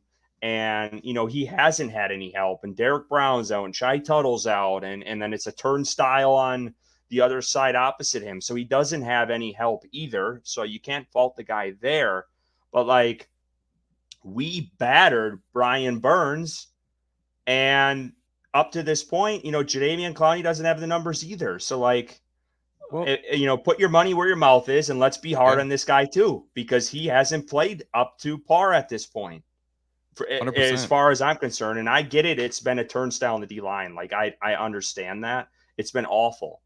So, but at some point, this guy needs to start producing some of those numbers too. Like Bryson said, there was an opportunity on Sunday to hit Joe Burrow. Joe Burrow was in there was 5 or 6 guys around him, and somehow the hell he got out of there and got the pass off. That was a play. That's kind of when I was going back to what I was saying before. They made those plays against Las Vegas. They didn't make them against Cincinnati, and that was one of them, where you had Joe Burrow tied up in the pocket, you were closing in on him, and somehow he got out of there. And that cannot happen if you want to win games. I think that Jadeveon Clowney has become a more complete player as his career has gone on, which is an incredible individual feat, right? Like, that's wonderful that he has developed into this individual, well-rounded player. But the sore thing that sticks out here in Carolina isn't the lack of edge-setting outside linebacker. It's not the lack of physicality from the outside linebacker position. It's the lack of any semblance of an NFL pass rush. And Jadeveon Clowney is not a pass rush specialist. There is nobody on this team that is a pass rush specialist. And it drives me nuts because we allow our 3rd round pick from last year that we traded up to acquire to be a run stop specialist, but we can't carve out any 53 of the spots for a pass rush specialist because he's not the best against the run. I mean, where is the logic with all of it? Because here's the problem that I run into is that when you emphasize so much of this shit on the run defense of this team, A'Shawn Robinson is a terrific acquisition. I think that he has been probably one of our best defenders all season. And he's probably played better than he's played in most of his career, to be completely honest. Like, if you look at his individual play, he's been asked to do more, and he's done it. He's played very well, I think. But you look at the rest of this team, and it was built to stop the run. Guess what? Newsflash, everybody. We're the worst team against the run. We're terrible. I mean, we're atrocious. And when you allocate that all is your the one resources, surprising thing. And when you allocate all your resources to that one department and that department sucks, that's called a failure. And it's okay to admit that, man. Like, I still love this football team. I still believe in Ejiro Evero wholeheartedly. I really do, man. I think he's a very smart football coach. I think he's stubborn to his own detriment. I think that he would be really, really helpful to himself if he would do the thing that I always talk about, be a palm tree, not an oak tree. He's very rigid, man. He won't bend. Bend a little bit. And it's hilarious that he won't bend because his defense is all about bending without breaking. His defense is the palmiest of all palms in the whole damn world because all they do is bend. They bend like a Russian gymnast, but they won't sit there and do anything that might help them schematically if it gets him out of his comfort zone. You got the pieces right now, man, with JC, right? I know that you got the length now to play the cover 3, but you also have the ability to play a lot more man press. And to disguise some coverages. They like having that safety up to the line of scrimmage to help in run support. They don't run heavy boxes all that often. Maybe switch it up, man. I mean, maybe literally just switch it up. And, Evero did make some big adjustments after the bye week last season. I think that that's when he started calling his best defensive games. The problem with us is we don't have a bye until what? Week 11 or something like that? Isn't that right? Isn't it a late week?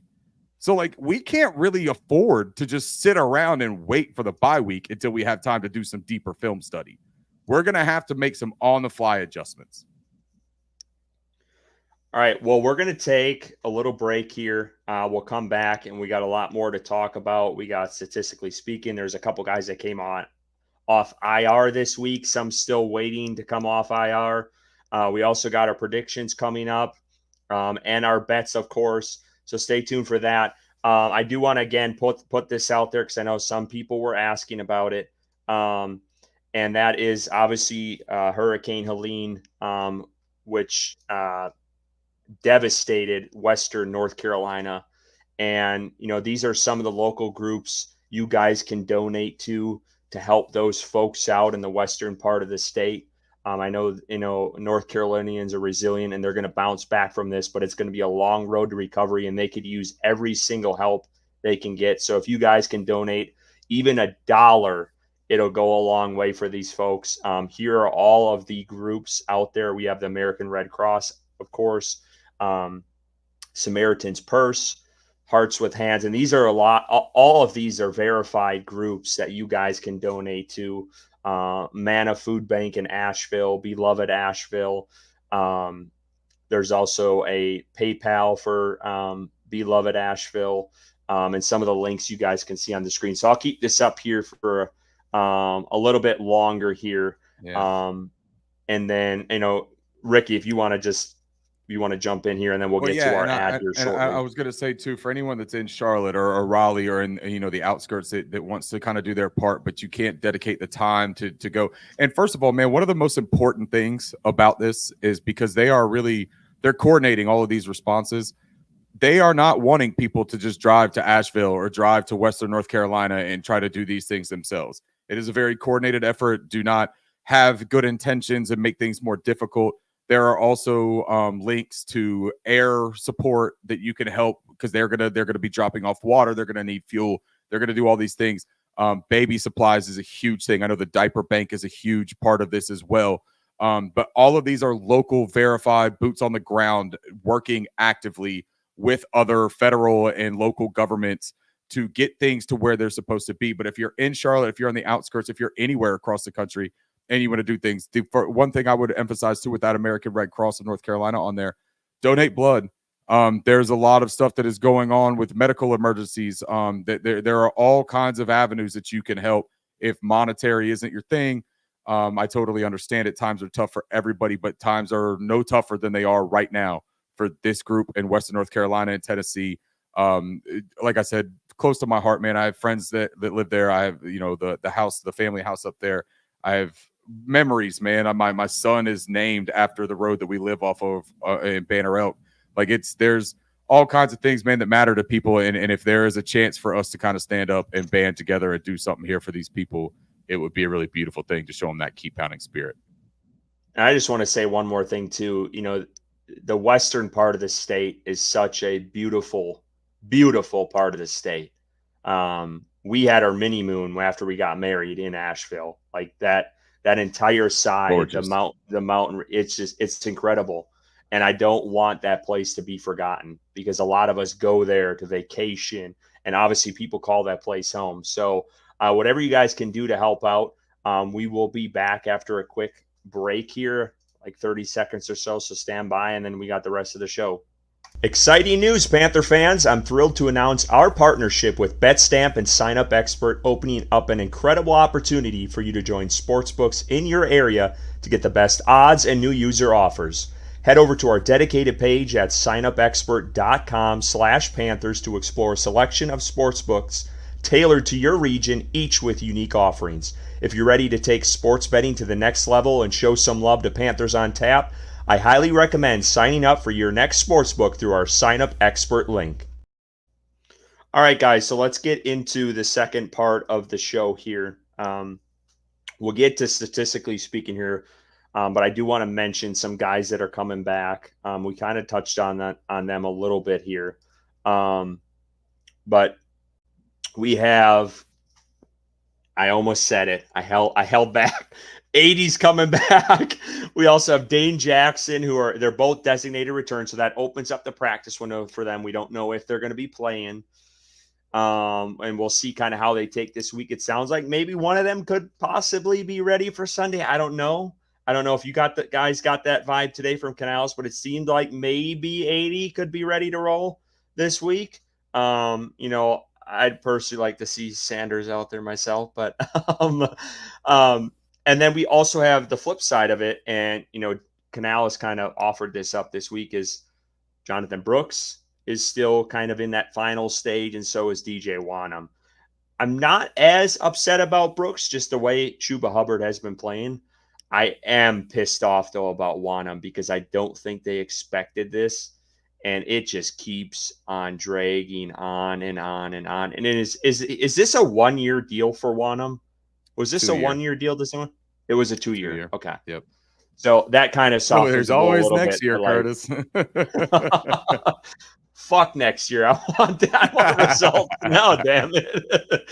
So yeah, I mean that's the frustrating part with this whole thing, is like it and I talked about this earlier. It started with, Wana might be back. I think it was like in March when they signed him, it was expected for him to be back in training camp, and then it just kept getting pushed back. So that's been really frustrating. But, just kind of your overall observations. You guys excited with these two guys set to return? Yeah, I mean, I think, like Ricky mentioned earlier, having Ian Thomas back, I'm going to say his name because I think the blocking aspect, I know you hate hearing it, Curtis, but I think it's going to open up that tight end room to be involved more. Not necessarily number 80, but the other guys, Jatavion Sanders and Tommy Tremble. I think that, we could see them involved in the offense at a higher level than what they have been because of his addition on the field. Dane Jackson necessarily, I feel like Mike Jackson has been playing well, and I don't know what his role is going to be. I don't know how this team feels about him, being back at that number 2, or if they're pleased with the way Mike's played. That's going to be interesting to see play out. And, obviously, at the very least, a good depth piece and being able to fill in some dime packages or whatever the case may be. But I agree. It's frustrating with Wanham. I understand that there was a setback in training camp, so it wasn't necessarily the same injury that Wanham came in with. That the timetable was the same. There was a setback, so unfortunately, that has delayed his return to play for the Carolina Panthers. And when he does get on the field, we all hope that it brings some sort of competent pass rush opposite of Clowney. And then with Brooks. We're approaching a year since he tore his ACL. I understand that Chuba Hubbard has been playing really well, exceptionally well, but I think Brooks adds an aspect to this offense that we really don't have. Chuba Hubbard is not a home run hitter. Chuba Hubbard is a very consistent runner, though, but Brooks brings that home run aspect and that be able to, just take a ball and go and get a touchdown for 20, 30, 40, 50 yards. He's shown that on tape at Texas, and I think he would add a completely different aspect and keep Miles Sanders off the field more, which I am a proponent of. So I'm excited for him to come back and be involved in this offense at a high level. I'm just hoping that sooner rather than later. Yeah, for me, man, I don't anticipate Ian Thomas or Dane Jackson making this football team a different football team. Right? This is the same Carolina Panthers team. But what I do think of it is Canales was so intent on not having his players hurt before the regular season that he didn't play anybody in the preseason because he wanted to be judged fairly, right, of a coach with all of his pieces at his disposal.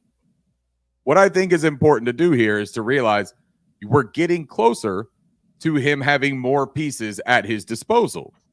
And for me, that's exciting just because he had a plan with some of these guys. Evero had a plan with Dane Jackson. So did Canales. So did Dan Morgan. That was a guy they brought in intentionally. Now, they've run into one of those good problems where they got too much of a good thing because Mike Jackson is playing like, a bona fide cornerback 2 in the league. That's a nice surprise, man. He's going to be starting something when Dane Jackson comes back. I don't think anyone caught that. I wish somebody had. I feel like an idiot now for that reference. That was a Mike Jack reference. But Ian Thomas, like I said, I want to see what he brings to it. Jonathan Brooks, man, is the thing that I'm hopeful that there's not a setback. I don't want to say that because I've got any inclination, right? Or there's been any reporting. But I had really hoped that he would be ready. And maybe it was the messaging from his camp and other people that had kind of insinuated that he would be. But for Brooks, man, I really thought that after his 4 weeks, he was going to be ready to get out there and start doing some stuff. Them not opening up the window, the 21-day window they didn't open up, implies that he could still be a month away, not just a week away. So when I look at that and I say, I really just hope that he is progressing well. And if they're slow playing that, hey, so be it. I'm very faithful in what Jonathan Brooks can be to this team. And as an NFL running back, I think he's going to be dynamic.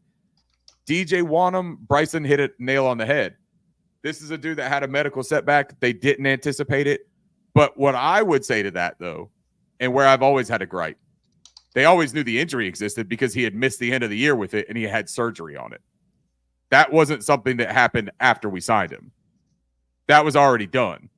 They already knew about that. And it was a fairly significant surgery to, I believe it was the quad muscle for him. Fairly important muscle when you're talking about a guy that gets a lot of push and drive off of his lower half. And it runs around and uses speed and burst as kind of his calling cards. I didn't love that. I know that the market, the free market was relatively unstocked when it came to pass rushers, but the Saints found them a good one in Chase Young. I know that he had a neck injury. At this point, man, you almost got to look at it and say, well, what was worse, the stinger that Chase Young had, or the botched surgery that DJ Wanham, the cleanup artist, had? So I think there are some decisions that we can look hindsight-wise and be a little bit upset about, but getting players back is a good thing one way or another. I just don't know that it's an overly impactful thing with these guys. I will say this about Jonathan Brooks, and Jeremy Fowler tweeted this out a couple days ago, that he has been running and cutting well behind the scenes. That was the exact quote. And he's eligible to start practicing week 5. Could get back in the mix soon, though. That's it's TBD at this point. I do like it. I don't know if there's been a setback. I honestly don't think Carolina envisioned this guy to be ready to start the season. I don't think they did, from my understanding. And I did see some reports out there that, he could have been ready for training camp possibly, and I don't know who has put that out there. But I think that was his camp. That was his camp pre-draft too. So that plays into it, right? Like that's his draft stock that they're also boosting. He could have been like, hey, I'm going to be ready. Yeah, I'll be ready July 1st, bro. I'm ready. And I just think, the success with Hubbard, it's like, why rush the dude? And I don't think you're saying that at all. I just think, let this thing ride out there. The Carolina's run game isn't the issue right now. I mean, that's definitely not the problem for this team.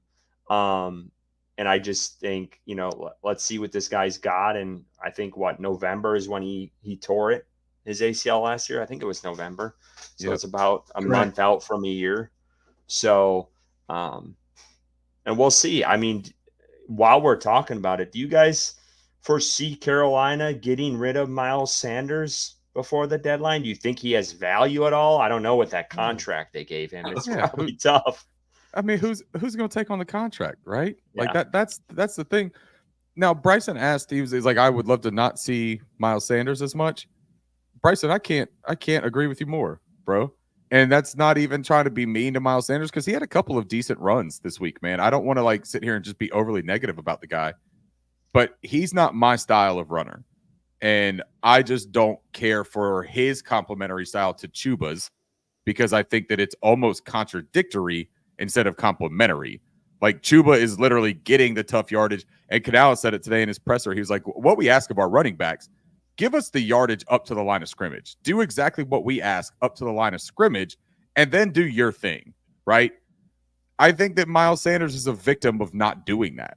I think that Miles Sanders does a lot of behind the line of scrimmage movements that don't need to happen and that end up costing him in productive runs. And what I will say, though, and what I was getting at with Bryson, we're talking about not wanting to see Miles, I get this distinct feeling that these weird little, we're going to give Miles 2 series in a row, we're going to give Miles a whole series and not just 3 downs or whatever and let Chuba catch his breath, even when the defense has been on the field for an entire drive, right? Like, they still just are incessant about keeping Miles Sanders out there. I think that's almost more future planning for when Jonathan Brooks is back. That they want Chuba Hubbard to be able to give us this version of Chuba the entire season. And they don't want to overload him at the beginning by giving him 30 carries in a game for 6 weeks and then having Jonathan Brooks come in and the tires start deflating coming to the finish line. I think they want to see what Jonathan Brooks and Chuba do together, because this is their audition on Broadway for their big show together. This is their headliner. This is their opportunity to prove that they deserve a headlining show. And I think they want to keep Chuba fresh so that he can audition for that part, whether it's the lead or the supporting actor, whatever it may be. This is a live tryout right now. And I think they're trying to keep his wheels relatively fresh so that he's ready to go when it becomes that time. And man, I look forward to that. But I do think that Jonathan Brooks, maybe him getting the cutting and running right now, maybe that's a good sign for when he gets his window. He comes back and he's ready to contribute. Ricky, I just want to say you're so damn articulate, and I love it. But Bryson, you got something Thanks, to man. say? No, I mean I agree with Ricky's point and with your point, Curtis, about Ricky. But yeah, I think it's a good point. Hopefully they are that's the thought process with including Miles, because again, it's frustrating when you see that playing behind the line of scrimmage and then getting stopped at the line of scrimmage because you took too much time. You're being overly patient or overly exaggerated in your movements behind the line of scrimmage that gets you stuffed at the line, because we don't need anything hampering this offense from continuing to move down the field. And unfortunately, with Miles, that has happened more times than not. So when I feel like when Jonathan Brooks gets on the field, he is going to bring a completely different aspect to that running back room that just isn't there right now. And I've said it before, he's just a home run hitter, and that's what he showed on tape. And I feel like that's what he's going to be in the NFL, and I'm excited to see that when it happens. I'll just answer this quickly with Carter's question: is why is Blackshear getting no carries? Chuba's playing really well, and I don't think Carolina views Blackshear as the previous regimes have as a running back. I think they view him as a returner in that spot. And if you went to training camp and practices in preseason, he didn't play much in the run as a running back. He didn't get a lot of opportunities from the game at the practices I was at. He was solely in that return game, and I think that's where they see him fit. I don't want to delve too much into that because I want to keep this thing moving. So let's talk about a guy they brought in. I get it. He's on the practice squad, but it is still kind of a big name because I remember Bryson, and I wish I had my draft sheets that I wrote up because I actually wrote them up when we did the draft. And when was he drafted? I'll just put the graphic up so I know what the hell I'm talking about here. Was 20? Did I not have it in here? I can't remember when he was drafted. 2020. In the first round. But I remember writing up about Caleb Farley. But Panthers put in the claim for him. I know a lot of us, we've talked about this before and earlier on, and I don't know if Ricky was on the show yet when we did. So, Rick, I kind of want to get your thoughts on this claim by the Panthers, and what are your thoughts on this, signing? So I'd like to give a shout out, and this is no surprise who I will shout out here, but to our good friend Edgar Salmingo Jr., because he tweeted something about this feeling reminiscent of the Tariq Cohen signing in a way. And to an extent, I agree with that 100%, because what you think of when you hear the names of these players, right? Tariq Cohen, you don't think of the injuries and him not being effective for 4 years. You think of Tariq Cohen, the dynamic football player who could change the trajectory of a football game with one touch, right? Like that's what you thought of. So when you think about taking on the opportunity of bringing that kind of player into your roster, it's exhilarating, especially when your roster has no big play abilities to it. Caleb Farley is extremely similar, in my opinion, outside of the draft pedigree being a large difference, and also even more room for excitement, to be completely honest. Caleb McFarley, I remember watching him at Virginia Tech. I remember doing my prospect evaluation on this guy. I thought it was 2021, I think, that he was drafted, Bryson. We were trying to figure out which year it was, or was that Curtis that was trying to figure that out? Yeah, there he goes. Carter just confirmed that. 2021 draft class. Outstanding prospect. I mean, this dude had every physical measurement you could want. This dude played instinctively. He played physically.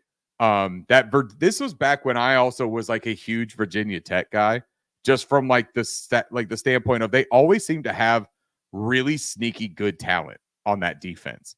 And I was a big Frank Beamer guy when Virginia Tech and Maryland used to have their show offs in the ACC. My grandmother looks a little bit like Frank Beamer, but that's an awful segment that I'll go into another different time. Hi, Grandma, I love you. But Caleb Farley, man, offers something to this cornerback 2 position, and that's like a very lofty projection for him, right? But that has to be the only projection that you're looking at here, because you're not bringing in Caleb Farley to be your quarterback 5, quarterback 4. You're trying to find out, does he have more in the tank? Does he have stuff left? And I think that's well worth the inside look, especially in a year like this year, Bryson, where we don't have a whole lot that we're evaluating anymore at this point outside of like young developmental talent, right? Like we're one of the older teams and we're trying to figure out what are our building blocks for next year.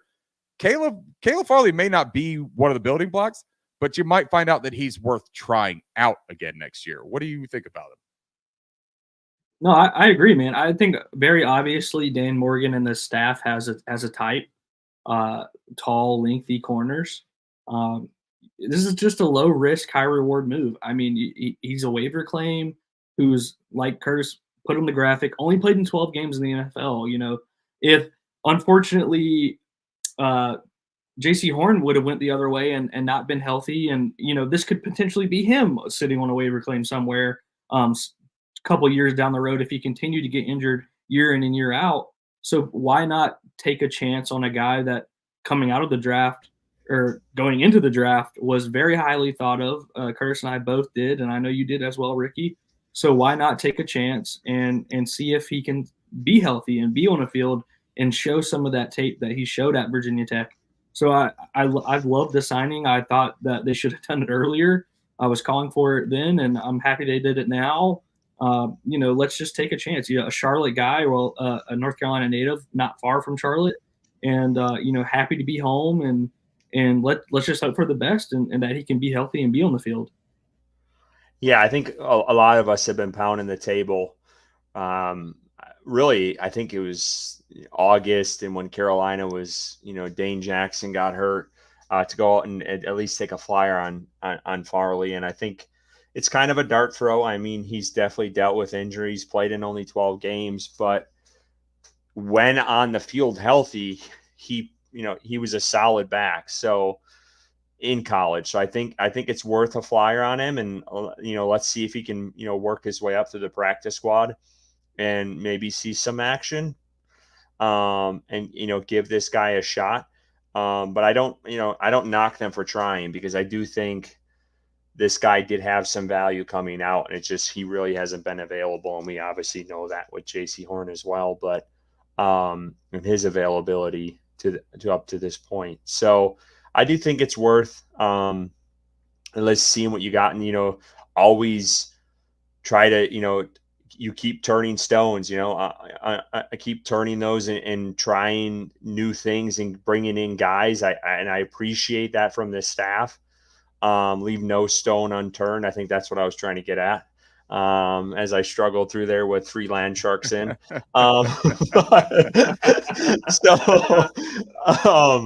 But yeah, I think it's worth at least, giving this guy a shot and see what he's got. I mean, if he doesn't work, he doesn't work out. There wasn't, too much risk involved. You had him on the practice squad. I mean, I don't think there's, they're not giving up too much for him. So I don't mind this one bit at whatsoever. You know who he almost kind of reminds me of situational wise too, because Edgar brought up Tariq Cohen, but another defensive player that just kind of got his second chance again this year, and I don't even know what he's been doing. Lewis Seen, the safety out of Georgia that went to Minnesota and suffered some pretty gruesome injuries, struggled to get back on the field, but then played one preseason game and had like 13 tackles, a sack, an interception, and a fumble force all in one game. And just reminded you of this dynamic talent that he is. Caleb Farley is that kind of talent where he is a game changer when he's healthy and playing the way that he was capable of playing. We just don't know, is he ever going to get back to that form? Will he stay healthy? But Curtis, man, I mean, you nailed it. What's the risk, right? Go for it.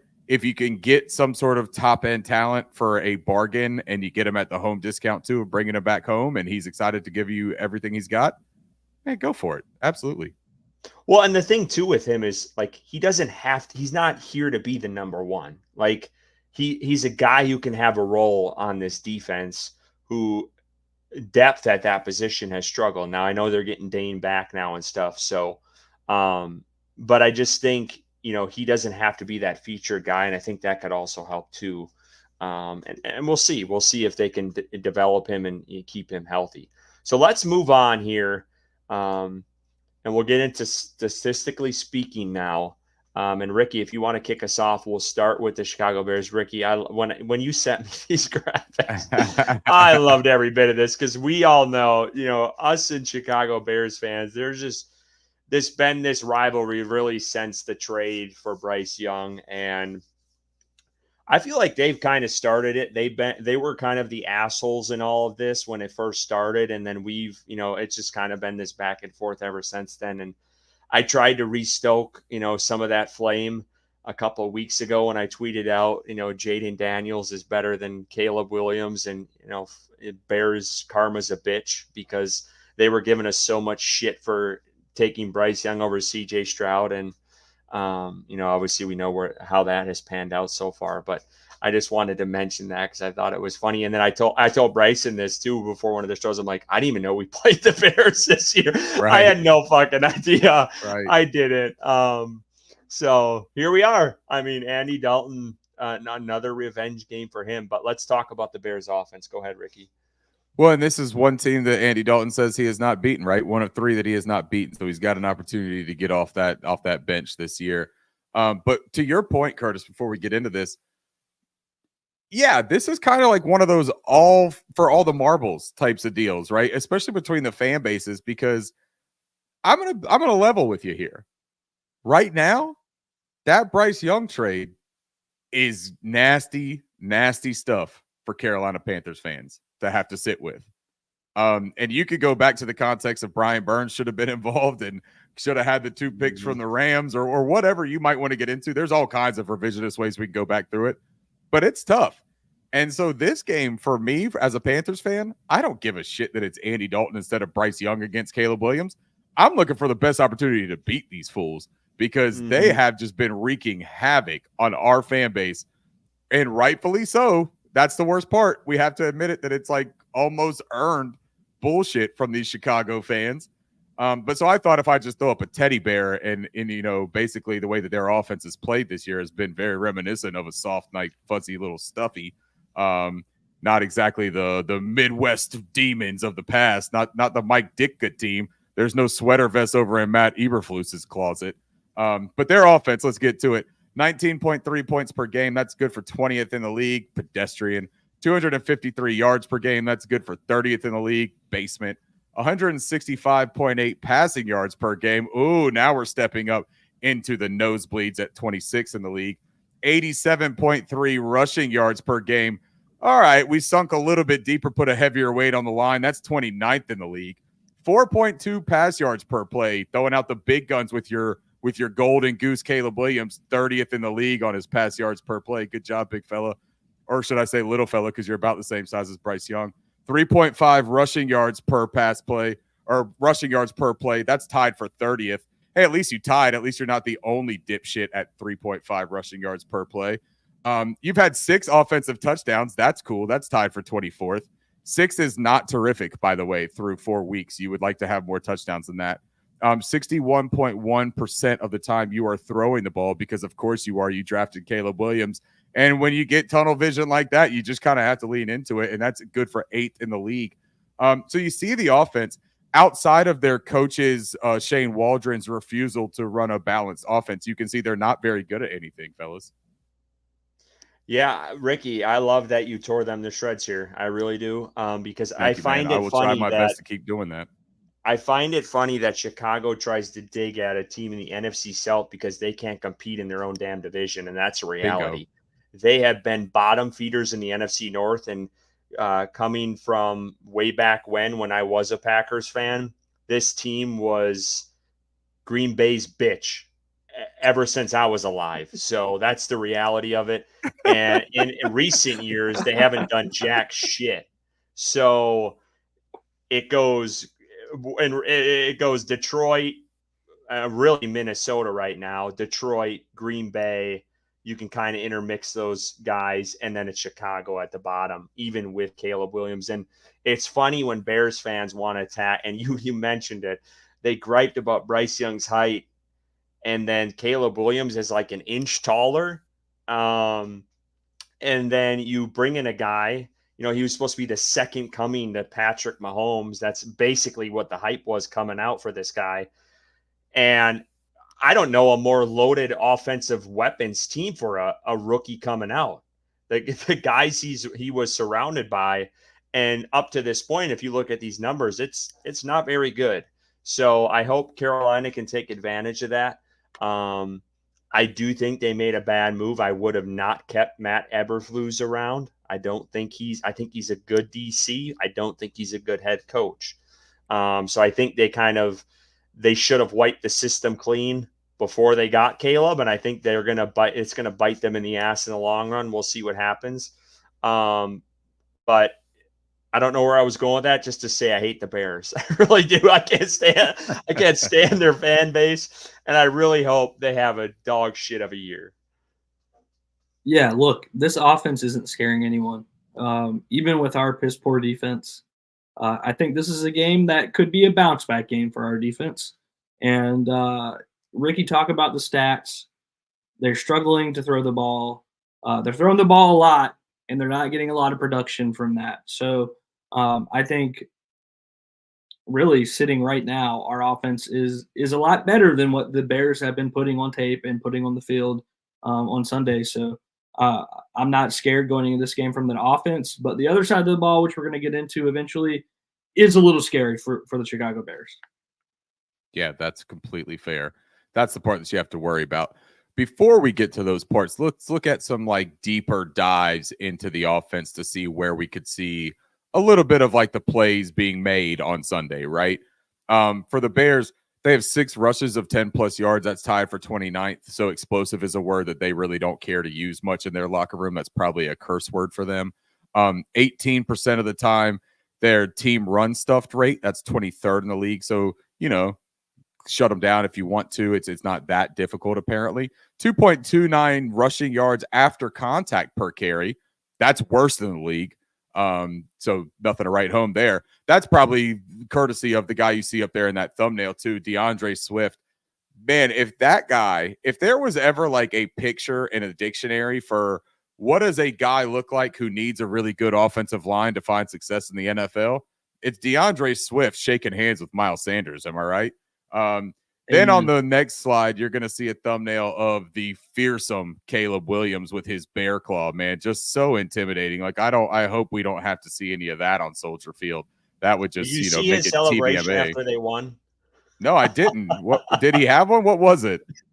He was someone tweeted this out, so I'm not going to steal it. I'll give them credit. I don't know who did it, but it reminded me of the Frank Reich woo of last year in the locker room.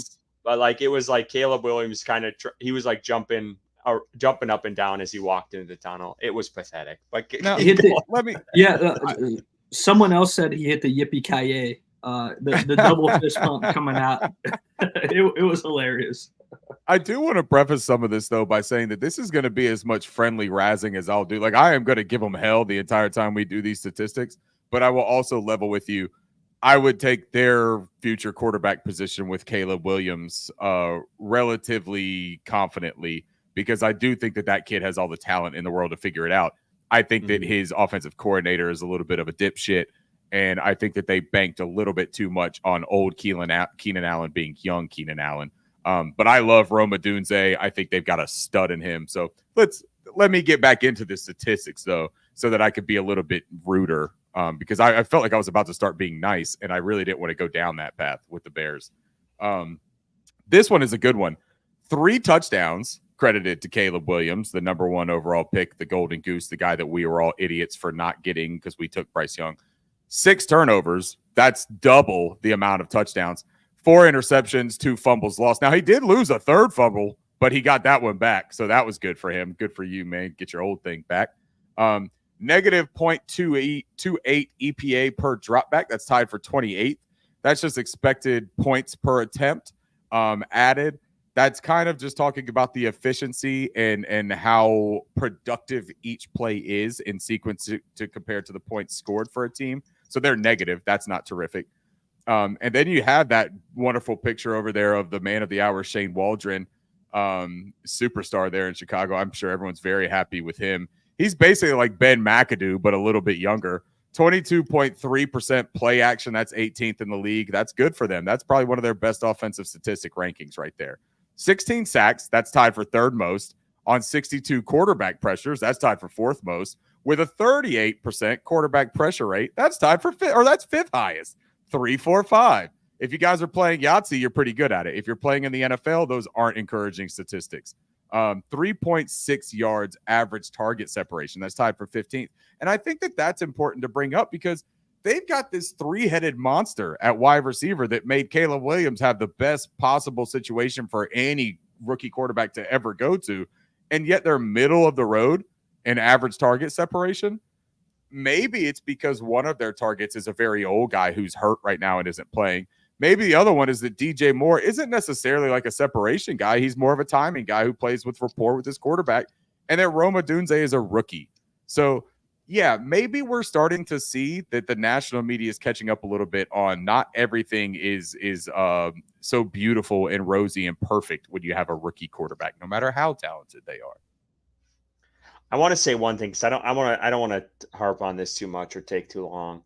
But I tweeted this out earlier this week, and I get it. The guy has had a rough start to the year, and a lot of fantasy football owners are not very happy with DeAndre Swift. But I'm a little concerned with him going up against Carolina's rush defense, and I get it. And he kind of had his best week, obviously, last week, 93 yards on 16 carries and a touchdown. But he's a big back. And Carolina, we know, has struggled against a run game pretty much every week except for the Raiders. And I think a guy who's starting to come into his own a little bit with this team after last week, that worries the hell out of me with all the injuries Carolina is, facing, and really a very, up to this point, amateur linebacking core with a beat-up defensive line. That scares me. As much as you want to say DeAndre Swift has struggled, he's a big dude. He can run. He can catch the ball out of the backfield, and I think he's going to be a problem for this defense coming into this week. Roschon Johnson scares me more. Bryson, what do you think about the running back situation in Chicago? Yeah, that's what I was going to say. I think Curtis might be getting confused with Roschon Johnson and DeAndre Swift is not big. He's 5'9", smaller running back, but Roschon Johnson, the backup, who I think is a better running back than DeAndre Swift, is a big back who is a bruiser. And I think that they have a good tandem with those two that can kind of spell each other. So overall, though, they've struggled to run the ball. Their offensive line has not been good in pass protection or in the run game. So we'll see what happens. It could be a Raiders situation where they're struggling to run the ball and they're playing against our defense who is struggling to stop the ball, stop the run, and it kind of just they cancel each other out. So that's what I'm hoping for moving forward into this game. So we'll see what happens, but yeah, that's where I'm at with that. Hold on. I want to defend myself here. He might be small, but he is still short. He might be short, but I still think he's a pretty tough back. He's stout as hell. Stout. No, he is, but he's more of a wiggle back than he is a run through you back. Now Roschon Johnson, to Bryson's point, the crazy thing about Roschon Johnson is he was a backup to Bijan Robinson, right, at Texas, and there was a faction of the scouting world that really loved Roschon Johnson, man. I mean, thought of him as high as like a running back 3 or 4 in that draft. Just thought the world of him. Thought that he was a 3-down back that didn't get a ton of work at Texas because of how dynamic and exemplary of a prospect that Bijan Robinson was. Roschon can catch the ball out of the backfield. He's got a little almost Cedric Benson to him, if you will, if you want to go back to a Texas running back with that same kind of style. That's what gives me more pause because of the missed tackling on physicality for the Carolina Panthers. And then you bring in Claude Charles and Trevin Wallace, who, man, their timing and their positioning and being in the right place at the right time is going to be imperative against a running back like Roschon Johnson. Because taking a wrong angle on a big fella like that, he's going to put you back down on the ground pretty quickly if you come at him at the wrong angle. We're going to have to get pressure on Caleb Williams, I think, because the one thing that I have seen is that when you let him sit for a really long time, he makes the right decision. When you speed him up, he is almost 50-50 liable to make the wrong decision throwing passes in the NFL so far.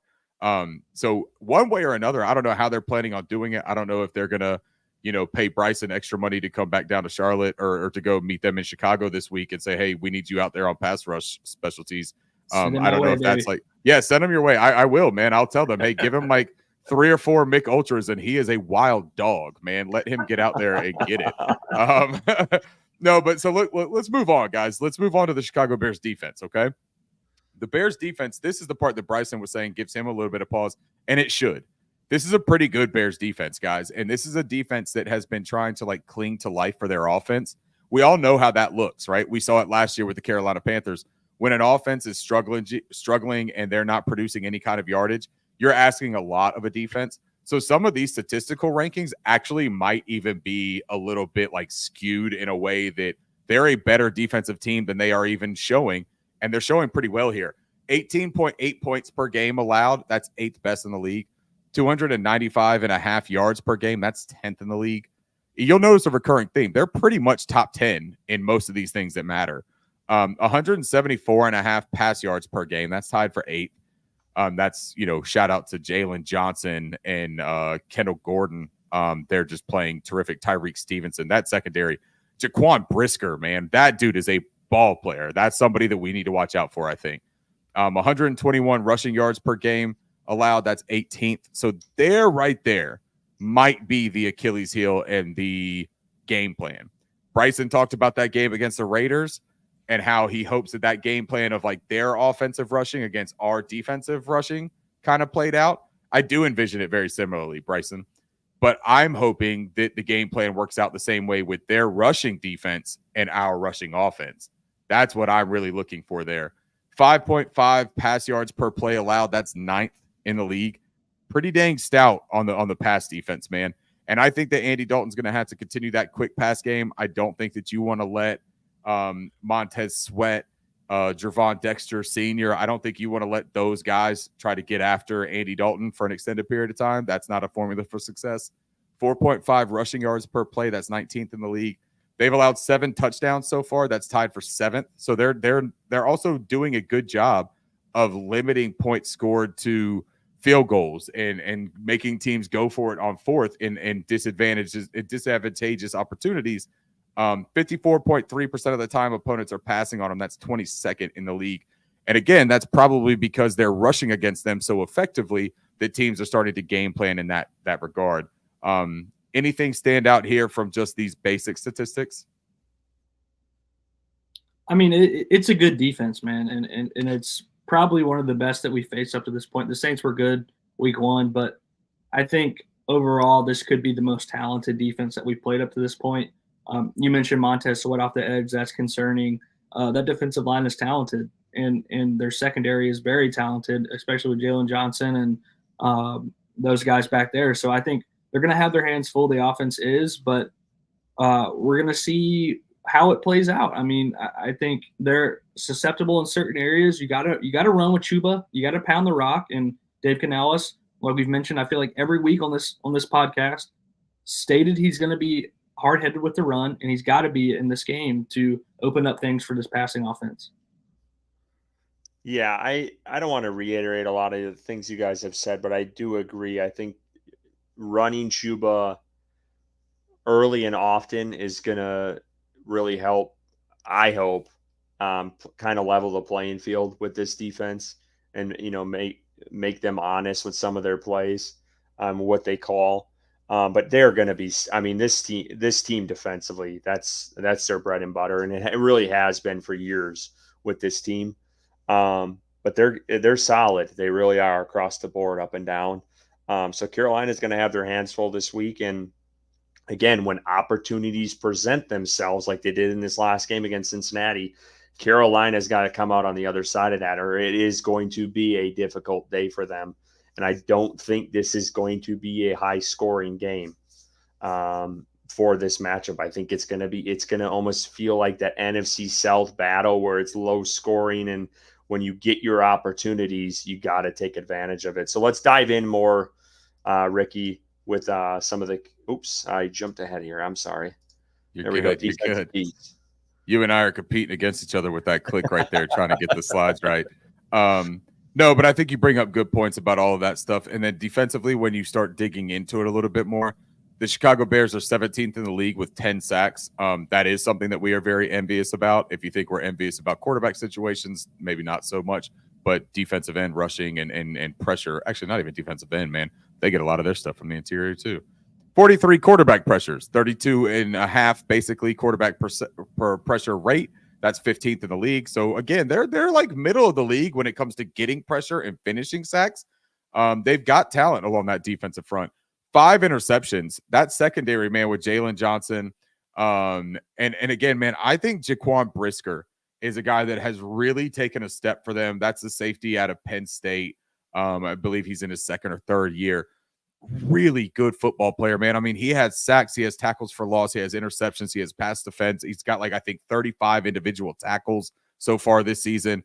This is a dynamic football player that does a lot for them in their defensive scheme. Keep an eye on number 9 on defense. And then that big guy next to him right there in the graphic, number 99, is a guy to also keep an eye on. That second-year interior defensive lineman, Javon Dexter Sr. out of Florida.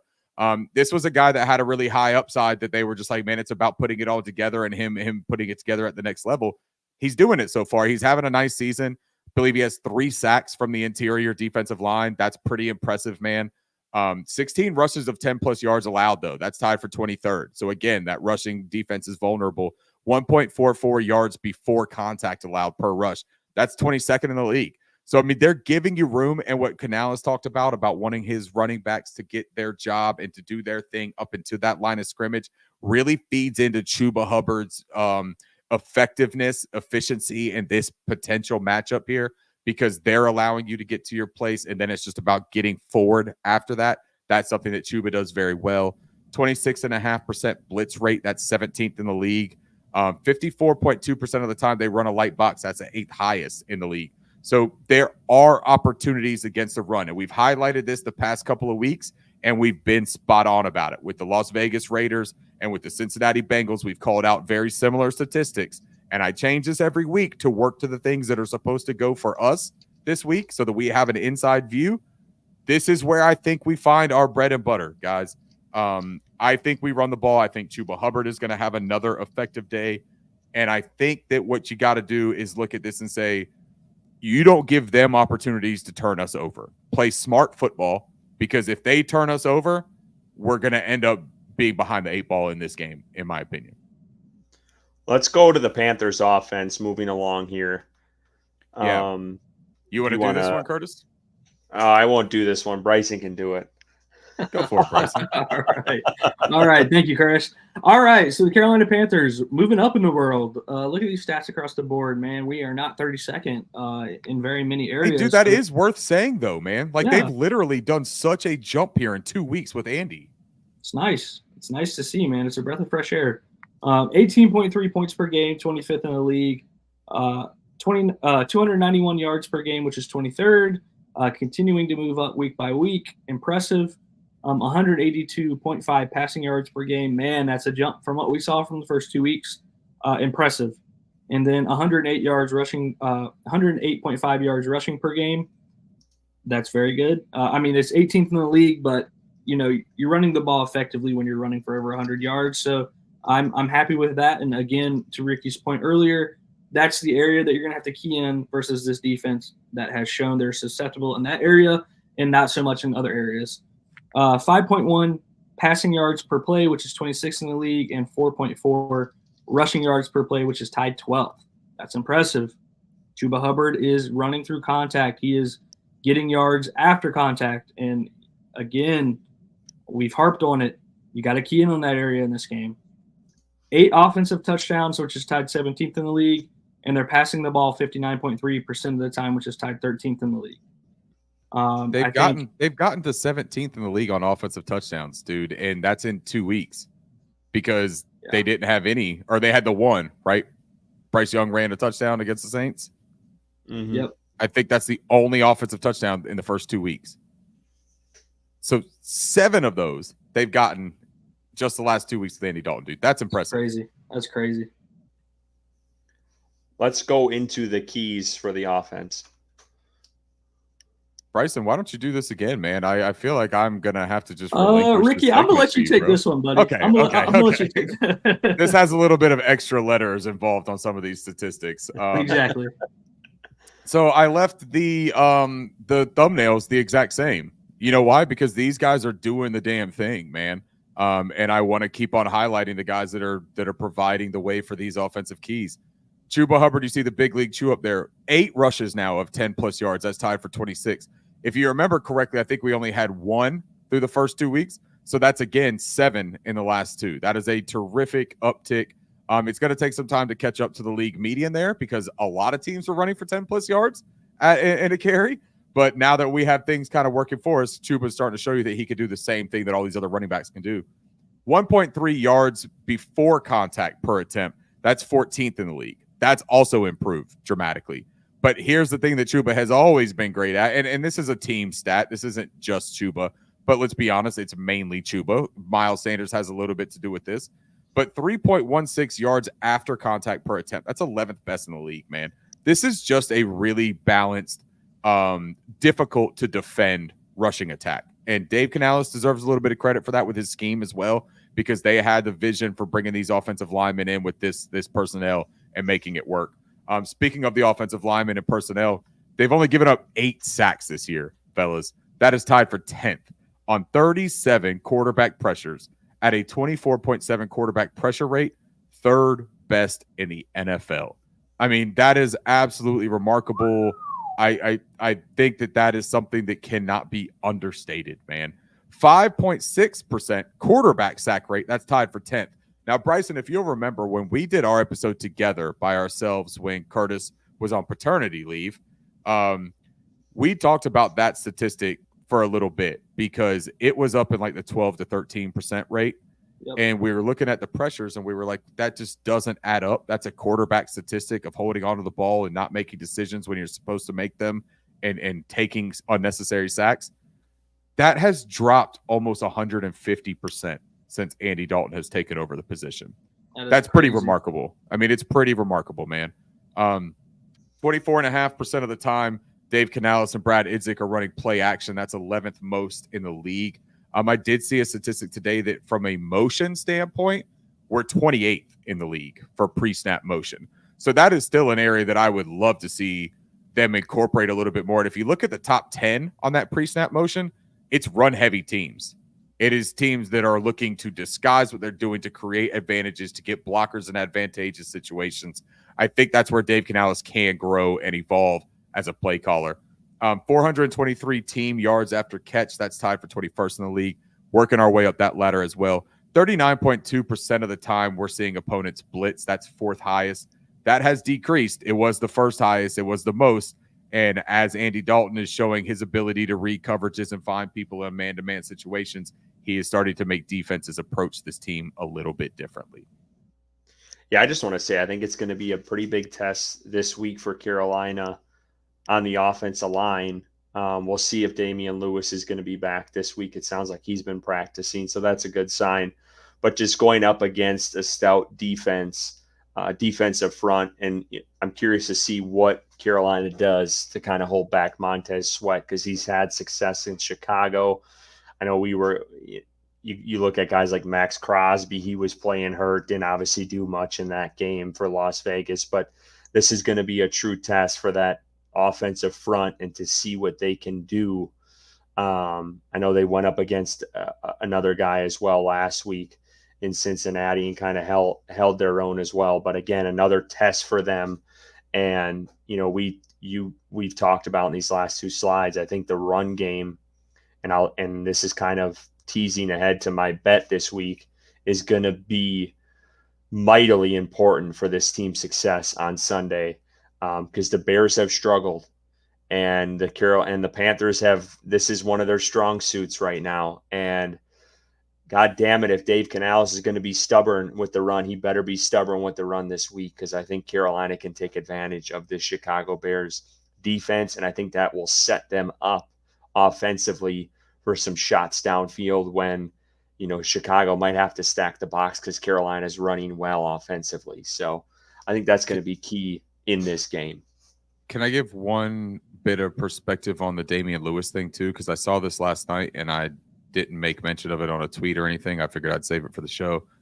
All-pro defensive lineman Jeffrey Simmons for the Tennessee Titans also tore his UCL 2 weeks ago and did not play this week.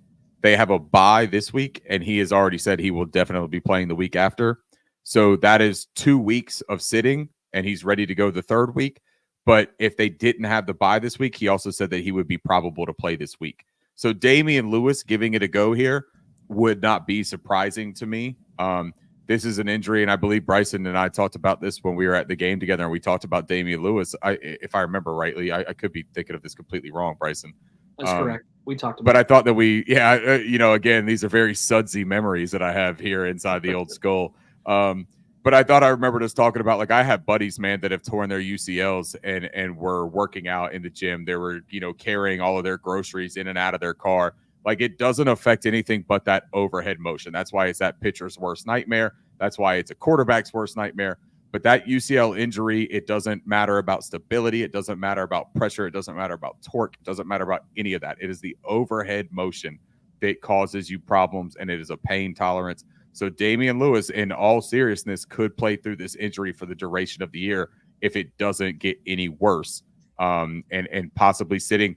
You sit for a couple of weeks, man, and it does start to heal a little bit. And that's what, Damian even said. He was like, yeah, man, it'll heal over time. Like, I just sit there and let it go through his thing. So if they can let him rest a little bit every now and then, maybe you see him have a little bit of less practice participation throughout the year. But he could be back this week, boys. Let's go defense here. Ricky, if you want to I sure will keep things rolling. Yeah, 32.3 points per game allowed, Carolina Panthers, 32nd in the league. And now you're going to hear my ominous tone again because I'm starting to get pissed off looking at these numbers again. I just had all these good vibes with the fellas, and now I'm back here in this hell. 358 yards per game allowed. That's 28th in the league. 209.3 passing yards per game allowed. That's 19th. That's kind of what we talk about with this bend, don't break thing. Last year, we were top 10 in passing yards per game, right? Like, and we know that's because people were running over us a game script and all that, but we had that for the first 2 weeks too. Now it's starting to be that we're just a little susceptible against the pass. I think that it's time for adjustments a little bit in that front. 148.8 rushing yards per game, 29th in the league. Hate that shit. 7 passing yards per play, tied for 27th. Don't love it. 4.6 rushing yards per play, tied for 20th. Now look at that. Tied for 20th in the rushing yards per play, but 29th in rushing yards per game. It's because they're always running on us. And those first 2 weeks skewed it. But let's see what happens, man. Zach Moss had a really good week against us, and I don't want to see Roschon Johnson and DeAndre Swift have a get-right week against the Carolina Panthers. That's the one thing I don't want to see. We've allowed 15 touchdowns. That is the worst in the league. So teams are finishing their drives on us. And what we saw this past week against the Cincinnati Bengals at home, we didn't finish drives when we needed to. If your defense is going to allow teams to find the painted grass, you got to do it too. So the most important thing for this offensive defense, stop them in the end zone and get into the end zone, right? Like, that's it, dude. It sounds really simple, but that needs to be a point of emphasis. 48.4% of the time, teams are passing against us. That's 27th in the league. Yeah, this defense is frustrating, man. It's a bend but break defense. They're bending and they're breaking. We gotta have some. Go. I like that, Bryson. Yeah, we gotta have some not so much breaking every now and then. It's just been unacceptable. It's the reason we lost the game last week. You're going up against a much less capable offense this week in regards to the pass with Caleb Williams, but this is the Bears team that coming off of a good running game in week 3. they could be riding high off of that. This defense has to step up and keep this offense or keep this team in the game, because I believe the offense is going to do their part, and we have to see what the defense can do against an offense that isn't as capable as some of the ones we've played up to this point in the season. Yeah, and I think it goes, this past week, the defensively, they wet the bed on obviously not getting pressure, but just mental mistakes of piss poor tackling, them playing so far off the ball. And that kind of goes back to some of the play calling you guys alluded to with Evero and the cover 3 stuff and playing a lot of zone. But this team, just get back to what you did against Las Vegas, because there was success there. And I get it. It was a lesser of a team and some of the talent, but like, you shut down a guy who's on the trading block and who's going to fetch a lot of money or a lot of value in Las Vegas, and Devonta Adams, you shut him down. So, I mean, that guy's no slouch. So there was pieces there in that game, and you got pressure and you got sacks on Gardner Minshew. So there's times where Carolina can put it together. They just need to put it together, and hopefully they can do that again, against rookie quarterback and Caleb Williams this week, and he doesn't take advantage of some of the injuries. And we'll see if Trevin Wallace can step up and take command, because he's going to be the one bringing in the plays this week, and see if they can make a little noise there, because it was without a doubt a piss poor performance defensively. But the offense, too, has to respond. I remember late in the fourth quarter of that game that I didn't think the defense was going to do it, but they stopped Joe Burrow. I think they went 3 and out. They got the ball back to the offense, and they went 3 and out. And it's like, it seemed like when the defense finally did something right, then the offense didn't step up. So, like, it all has got to come together at once. And I think Carolina just needs to find that continuity with all 3 facets, where it's all – you saw it in Las Vegas, and we need to see it more throughout, because when we see that, we know what the product is out on the field. It's a well-oiled machine, and they kicked ass and put up 30-plus points. So I think that's what hopefully they can get back to this week, and it's going to be tough with all the injuries defensively.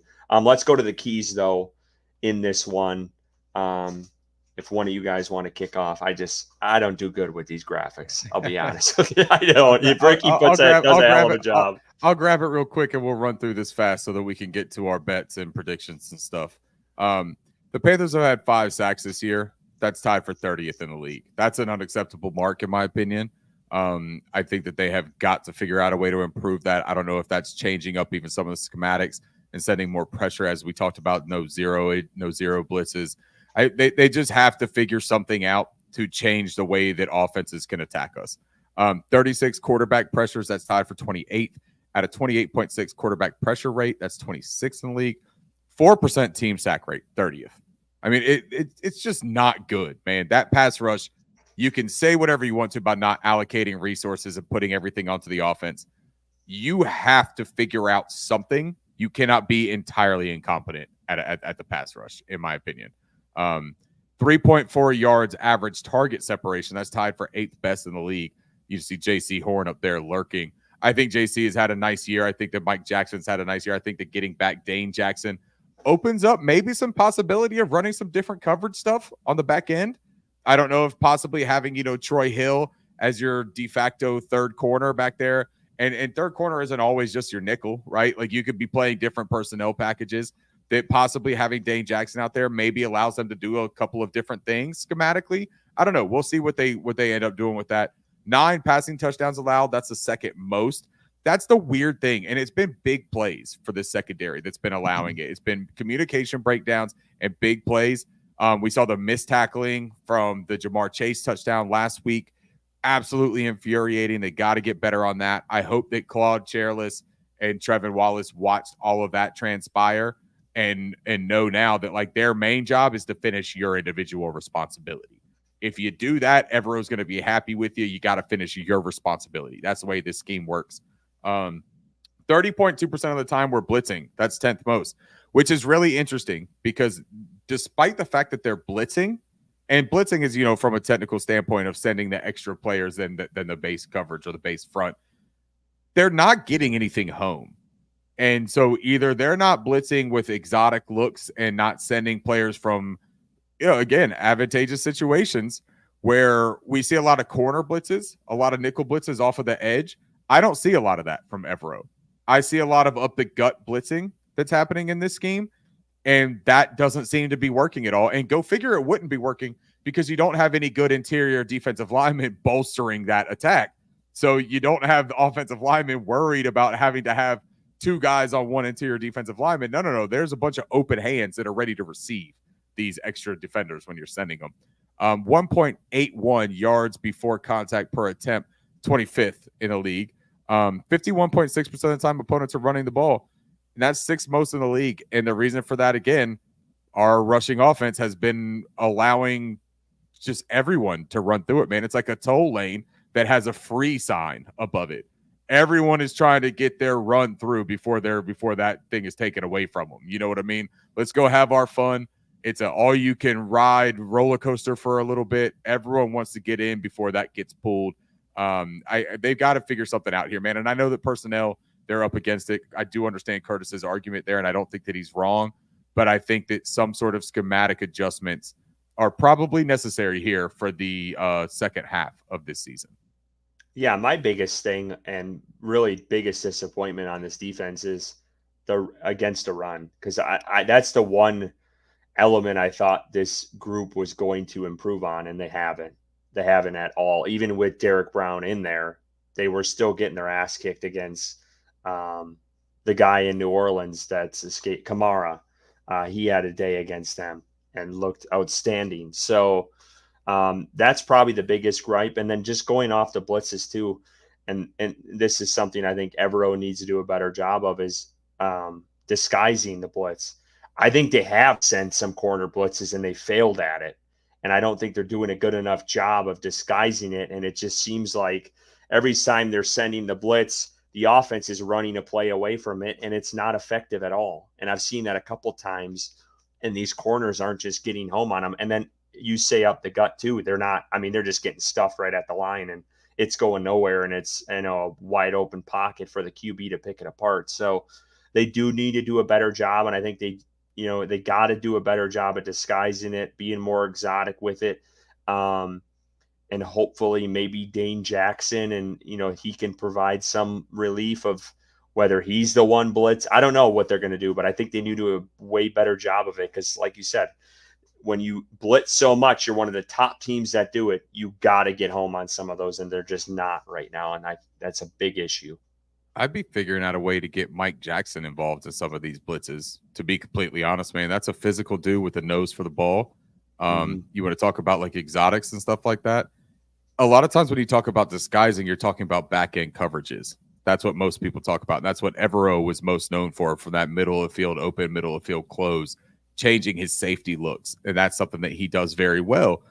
But blitzing is a whole different thing when it comes to disguises. That's about timing. That's about delays, right? That's about overloading a certain situation and then having stunt movement where you can get guys not paying attention on the offensive line or not knowing their responsibility and having miscommunication. It's all about confusion, right? And creating a winning atmosphere before the snap. And I don't think that they're doing a great job of that, to Curtis's point. So I would love to see a little bit more of that. And I would love to see maybe Dane Jackson handle some outside stuff. Maybe bring Mike Jackson in and he starts running some of that, because I would love to see a guy. Hell, I'd love to see Jamie Robinson out there getting a little bit loose with it.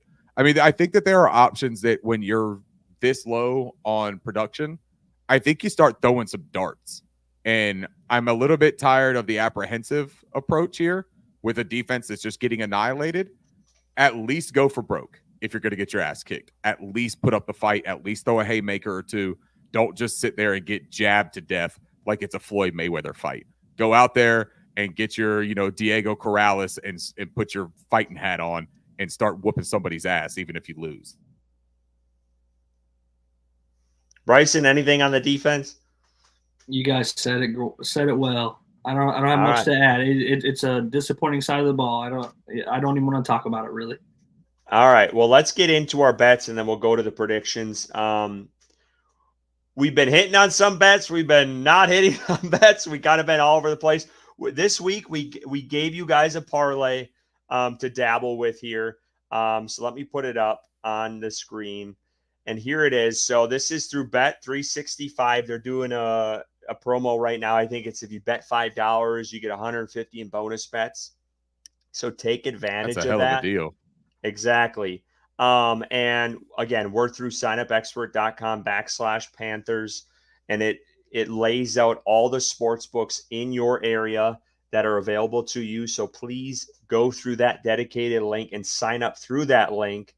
And you guys can start betting. Again, there's a lot of bets out there. I know FanDuel Sportsbook is doing something right now. I think it's $5 and you get 200 bonus bets. A lot of the sports books That's do a a lot hell of of a deals. deal too. Yeah, Shit. so take advantage of it. But this week we tried to set up a parlay for you guys to take advantage of. And I will start off Chuba Hubbard, 75 plus rushing yards against the Chicago Bears, plus 180 odds. Just to pull up some stats for you guys to kind of back up my reasoning on this. Chuba Hubbard, the last 2 games, has gone over 100 yards. Week 2, he went 64, so pretty damn close. But I feel like since Andy Dalton has taken over, they've really ramped up that run game, and it's opened up a lot for that running game. And then just looking at the Bears. So the Bears, 3 out of the 4 of their first 4 games of the year, they played Tennessee. Tony Pollard put up 82 yards. When they played the Colts, Jonathan Taylor put up 110. And against the Rams this past week, Kyron Williams went for 94. So 3 out of the 4 weeks, a running back hit over 75 plus yards. Chuba Hubbard's hit plus 100 in the last 2 weeks. I kind of played a little bit safe. I almost went with another 100-yard game for Chuba, and that would have really boosted, the hit on this one. But I kept it kind of safe. I kept that 75. I think this is a pretty safe bet, and still plus 180 is still pretty damn good. So I think this is a good, very good chance of hitting. So that's kind of where I went. Bryson, why don't you explain Leggett here for us? Yeah, I Now, think is Curtis going to chug a glass of Chardonnay or anything if he doesn't hit that bet? Chardonnay. Shots fired. All right. Honestly, I need to start putting something up because I've been pretty dry. But yeah, so Xavier Leggett, we all saw what happened last week, and he was involved at a much higher level due to Adam Thielen's injury, and was a priority in the red zone based off of his size, his speed, his ability to separate that he's shown in the NFL up to this point. Did catch a touchdown last week. We saw the celebration or the celebration after he caught the touchdown, him riding the horse. So I think Xavier Leggett is going to continue to be involved. He's going to continue to get better week in and week out as a wide receiver. This team knows he's a threat in the red zone. And I think there's still an undiscovered part of his game in regards to the deep ball that they haven't even hit on yet. So there's 2 areas that possibly he could get a touchdown from in that red zone, and then a potential deep shot that he catches and takes to the house. So I'm very confident in this because I feel like this team knows what they have in Leggett, and they know they're going to get him involved. Deontay Johnson is going to be going up against one of the better corners in the league in Jalen Johnson this week. Xavier Leggett is going to have his opportunities, and I think he's going to catch a touchdown this week. Ricky, why Lamar? Yeah, well, there's a couple reasons, man, because when you look at the game, they're playing the Bengals, right? And that's a division game right there. I anticipate that being an over situation. But when you look at it, you look at the way the Baltimore Ravens are built, and you look at what Derrick Henry has done thus far. You look at that and you say, man, they're going to run all over him. And Lamar Jackson ran for over 100 a couple times already this year. He's only thrown for under 207 twice. But I think that what I look at when I see this, Lamar Jackson and that rushing attack is going to be the focus of Cincinnati. And they're going to know that they want to win that time of possession. They're going to want to do as much as they can to get that run game frazzled. I think they're going to load the box. And what I think Todd Monken does here, Zay Flowers had such a quiet week last week. I mean, like quiet. 1 catch on 2 targets for like 10 yards. That dude is a dynamic yards after the catch threat on any NFL team, but especially with Lamar Jackson. who could get him the ball in space at the threat of him being a runner when he gets out of the pocket. I think what you see here is a real big emphasis on getting the ball to their playmakers and letting them do stuff in space with them pushing up against that run. So I think you can get behind that second layer of defense a lot easier than you usually can. So I look at this and say Lamar Jackson, 207 yards passing. Sure, maybe he doesn't push the ball downfield all that much, but I think yards after catch to guys like Isaiah Likely, guys like Zay Flowers, I think Rashad Bateman in the red zone. I think that he has some real ability there to get some of this going. And we saw that they're susceptible. I mean, I just saw Cincinnati's defense. So, the first thing I did when I looked at this and I was like, how do I make the most informed, smartest bet that I can make? Well, I just saw a defense that I think we left some meat on the bones and we surpassed all of those. And I think Lamar Jackson's a better quarterback than Andy Dalton. So, yeah, why not? I feel froggy. I'm going to take a jump. Makes sense. And I just want to say, I'm going to post this on Twitter probably tomorrow, this graphic. And if you guys are in the betting spirit and you want to, use this as one of your parlays, take a screenshot of it, put it in the comments, reply to our tweet, and let's see what you got. And let's see, if we hit on this one. So again, it's signupexpert.com/Panthers. That'll take you to our landing page. You can sign up not only for Bet365 Sportsbook, there's a ton of other ones out there, and you can sign up through that link and you can start betting. So please take advantage of that. Now let's get to our predictions. Ricky, go ahead. And if you send the screenshot of making the account through our signupexpert.com landing page with this parlay, and you use the hashtag Chardonnay, there will be a surprise next week. I'm not exactly sure what it is yet because I can't put Curtis's words out there for him, but there will be a surprise next week. Hashtag Chardonnay. Show us that you signed up with our landing page, and Curtis, the Brewers extraordinaire, will have something fun for you next week. I like it. We'll take it. All right, let's get to predictions here. Bryson, we'll start with you. Who do you got in this game? Give me a score.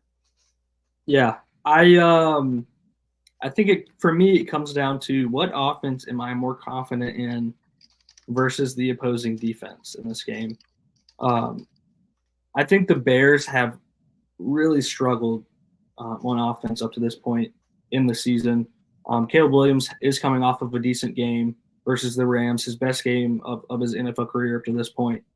But I think for me, maybe biased, obviously, but the Panthers offense with Andy Dalton at quarterback has shown to be extremely competent, and with Chuba Hubbard running the ball, just opening up things for that passing offense. So I think it's going to be low scoring. I think it's going to be close, but I feel like the Panthers can win this game, man. I really do. And I got the Panthers winning 20-14 versus the Bears.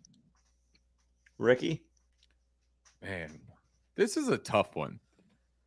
My heart wants me to pick the Panthers to win this 18-9. The number of Caleb Williams to the number of Bryce Young. But that's just the petty bullshit in me. I won't do it. But what I do think is that Bryson is onto something here.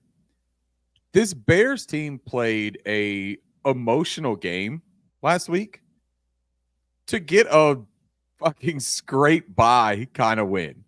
And they feel good about themselves because of that, right? They come back home and they face a Panthers team that is supposed to be a laughingstock once again and got beat by the Bengals, a 0-3 Bengals. The Bears have fleeced us on this trade. They own us. They're our daddy. Their GM is our GM's dad, whatever it is, whatever weird familial shit you're into. Go for it. You're not alone. There's a lot of weirdos in this country.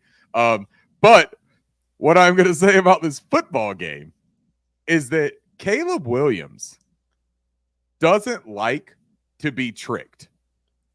And what I talked about earlier with the Giro Evero, he tries his damnedest to disguise his back end shell coverages. I think he's going to catch Caleb a couple times. I think we're going to get 2 picks of Caleb Williams this week. I think that possibly one of them is JC Horn, and that JC might even take it for 6. If you want me to get real vulnerable here and really put myself out there for a lot of judgment next week. Why not, right? Double down, triple down, 8 ball down, whatever the fuck you want to call it. I really think that there's a possibility that that happens this week. I think that Andy Dalton comes out and scratches that one off the list, puts another notch on his bedpost, right? That's another conquer for the red rifle, or from right corner Andy, top right Andy. I just think that Chuba Hubbard in that balanced run game, and then Andy Dalton taking advantage of his opportunities. I think you see Caleb Williams in garbage time putting up some stats that'll make fantasy owners happy. But the Carolina Panthers backers that take their 4 or 4.5, whatever it is, think you win it, because I think the Carolina Panthers on the money line win outright. I think they go 22-19 in a weird, shitty little game. I like it. I will say this. I'm buying this. Carolina has said this. The vibes have changed since these last couple of weeks. And for a team who competed against Cincinnati, but kind of wet the bed in some areas with tackling and drops and not getting the 4th down and not getting the touchdown in that first drive, I think they kind of build and bounce back from that this week. And a team that's supposed to have, this change of vibe in the locker room, and these guys are pissed off, and they're going to come out, and not a lot of people are going to think they're going to win this game, and they're going to show out and show up, and Andy Dalton is going to get his first win. I think this is the first time I'm picking Carolina, and it has a lot of it is, I think, Andy Dalton is giving me a little bit more faith in this offense, and I just hate the Bears. I just hate this team. And I'll say this. For Chicago fans, your football team sucks, your baseball team suck, and your pizza sucks. Take it easy. And your pizza sucks. Give me the Panthers 24-17. It's going to be a close game, but I think Carolina pulls away in this one. And, we're sitting here at 2-3 on the year. So I'll take it. I hope they can, shut Chicago up for a second. With all the bullshit they've been giving us these past couple of years. And hopefully we come out and, come home victorious on this one. So, I got one more for you. Their basketball team sucks too. I forgot about that. And their hockey team. I forgot about that one. Yeah, too. the hockey team was literally one of the worst in the league. Yeah, you're right. And I think their lacrosse team sucks too. Yeah. Major League Lacrosse. I think they suck too. I'm not positive, but they probably do. Do they got a soccer team? Nah, we'll end it. Yeah, they do, but they probably suck too. Fuck them all. All right, well, we're going to leave it there. Again, I'll get that parlay out. I guess hashtag Chardonnay. We'll see what we can dream up for next week with bets for you guys. But we do appreciate, and I do want to put this out there one more time. I know I'm slacking here with these slides. Here we go. I just want to put this up one more time for folks. Before we head out, and just give you guys a chance. Again, we all know what happened in Western North Carolina. These are some of the relief efforts you guys can be a part of to make a difference for them and help them out as they try to rebuild from the devastation of Helene.